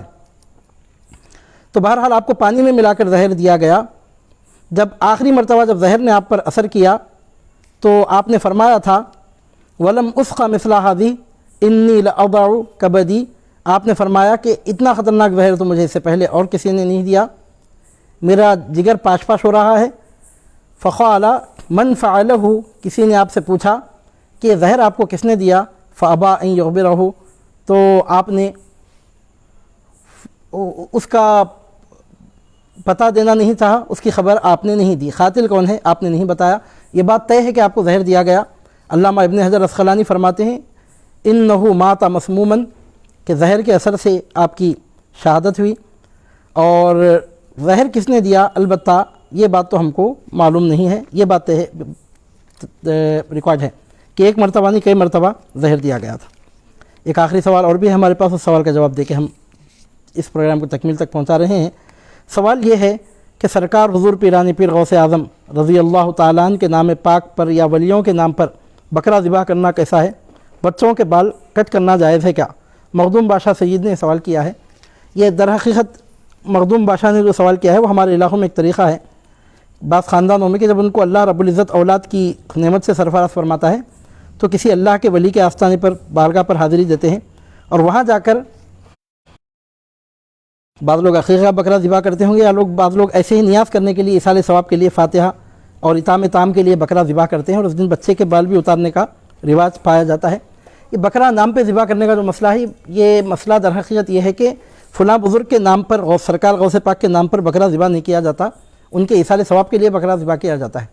جیسا کہ ہمارے پاس 11ویں شریف کے موقع پر پابندی سے ہم بکرے ذبح کرتے ہیں اور اللہ کے نام پہ بکرا ذبح ہوتا ہے، اور اس کے بعد وہ کھانا کھلایا جاتا ہے۔ اس کھانے کا ثواب حضور پیران پیر سیدنا غوث اعظم شیخ عبد القادر گیلانی رضی اللہ عنہ کی خدمت بابرکت میں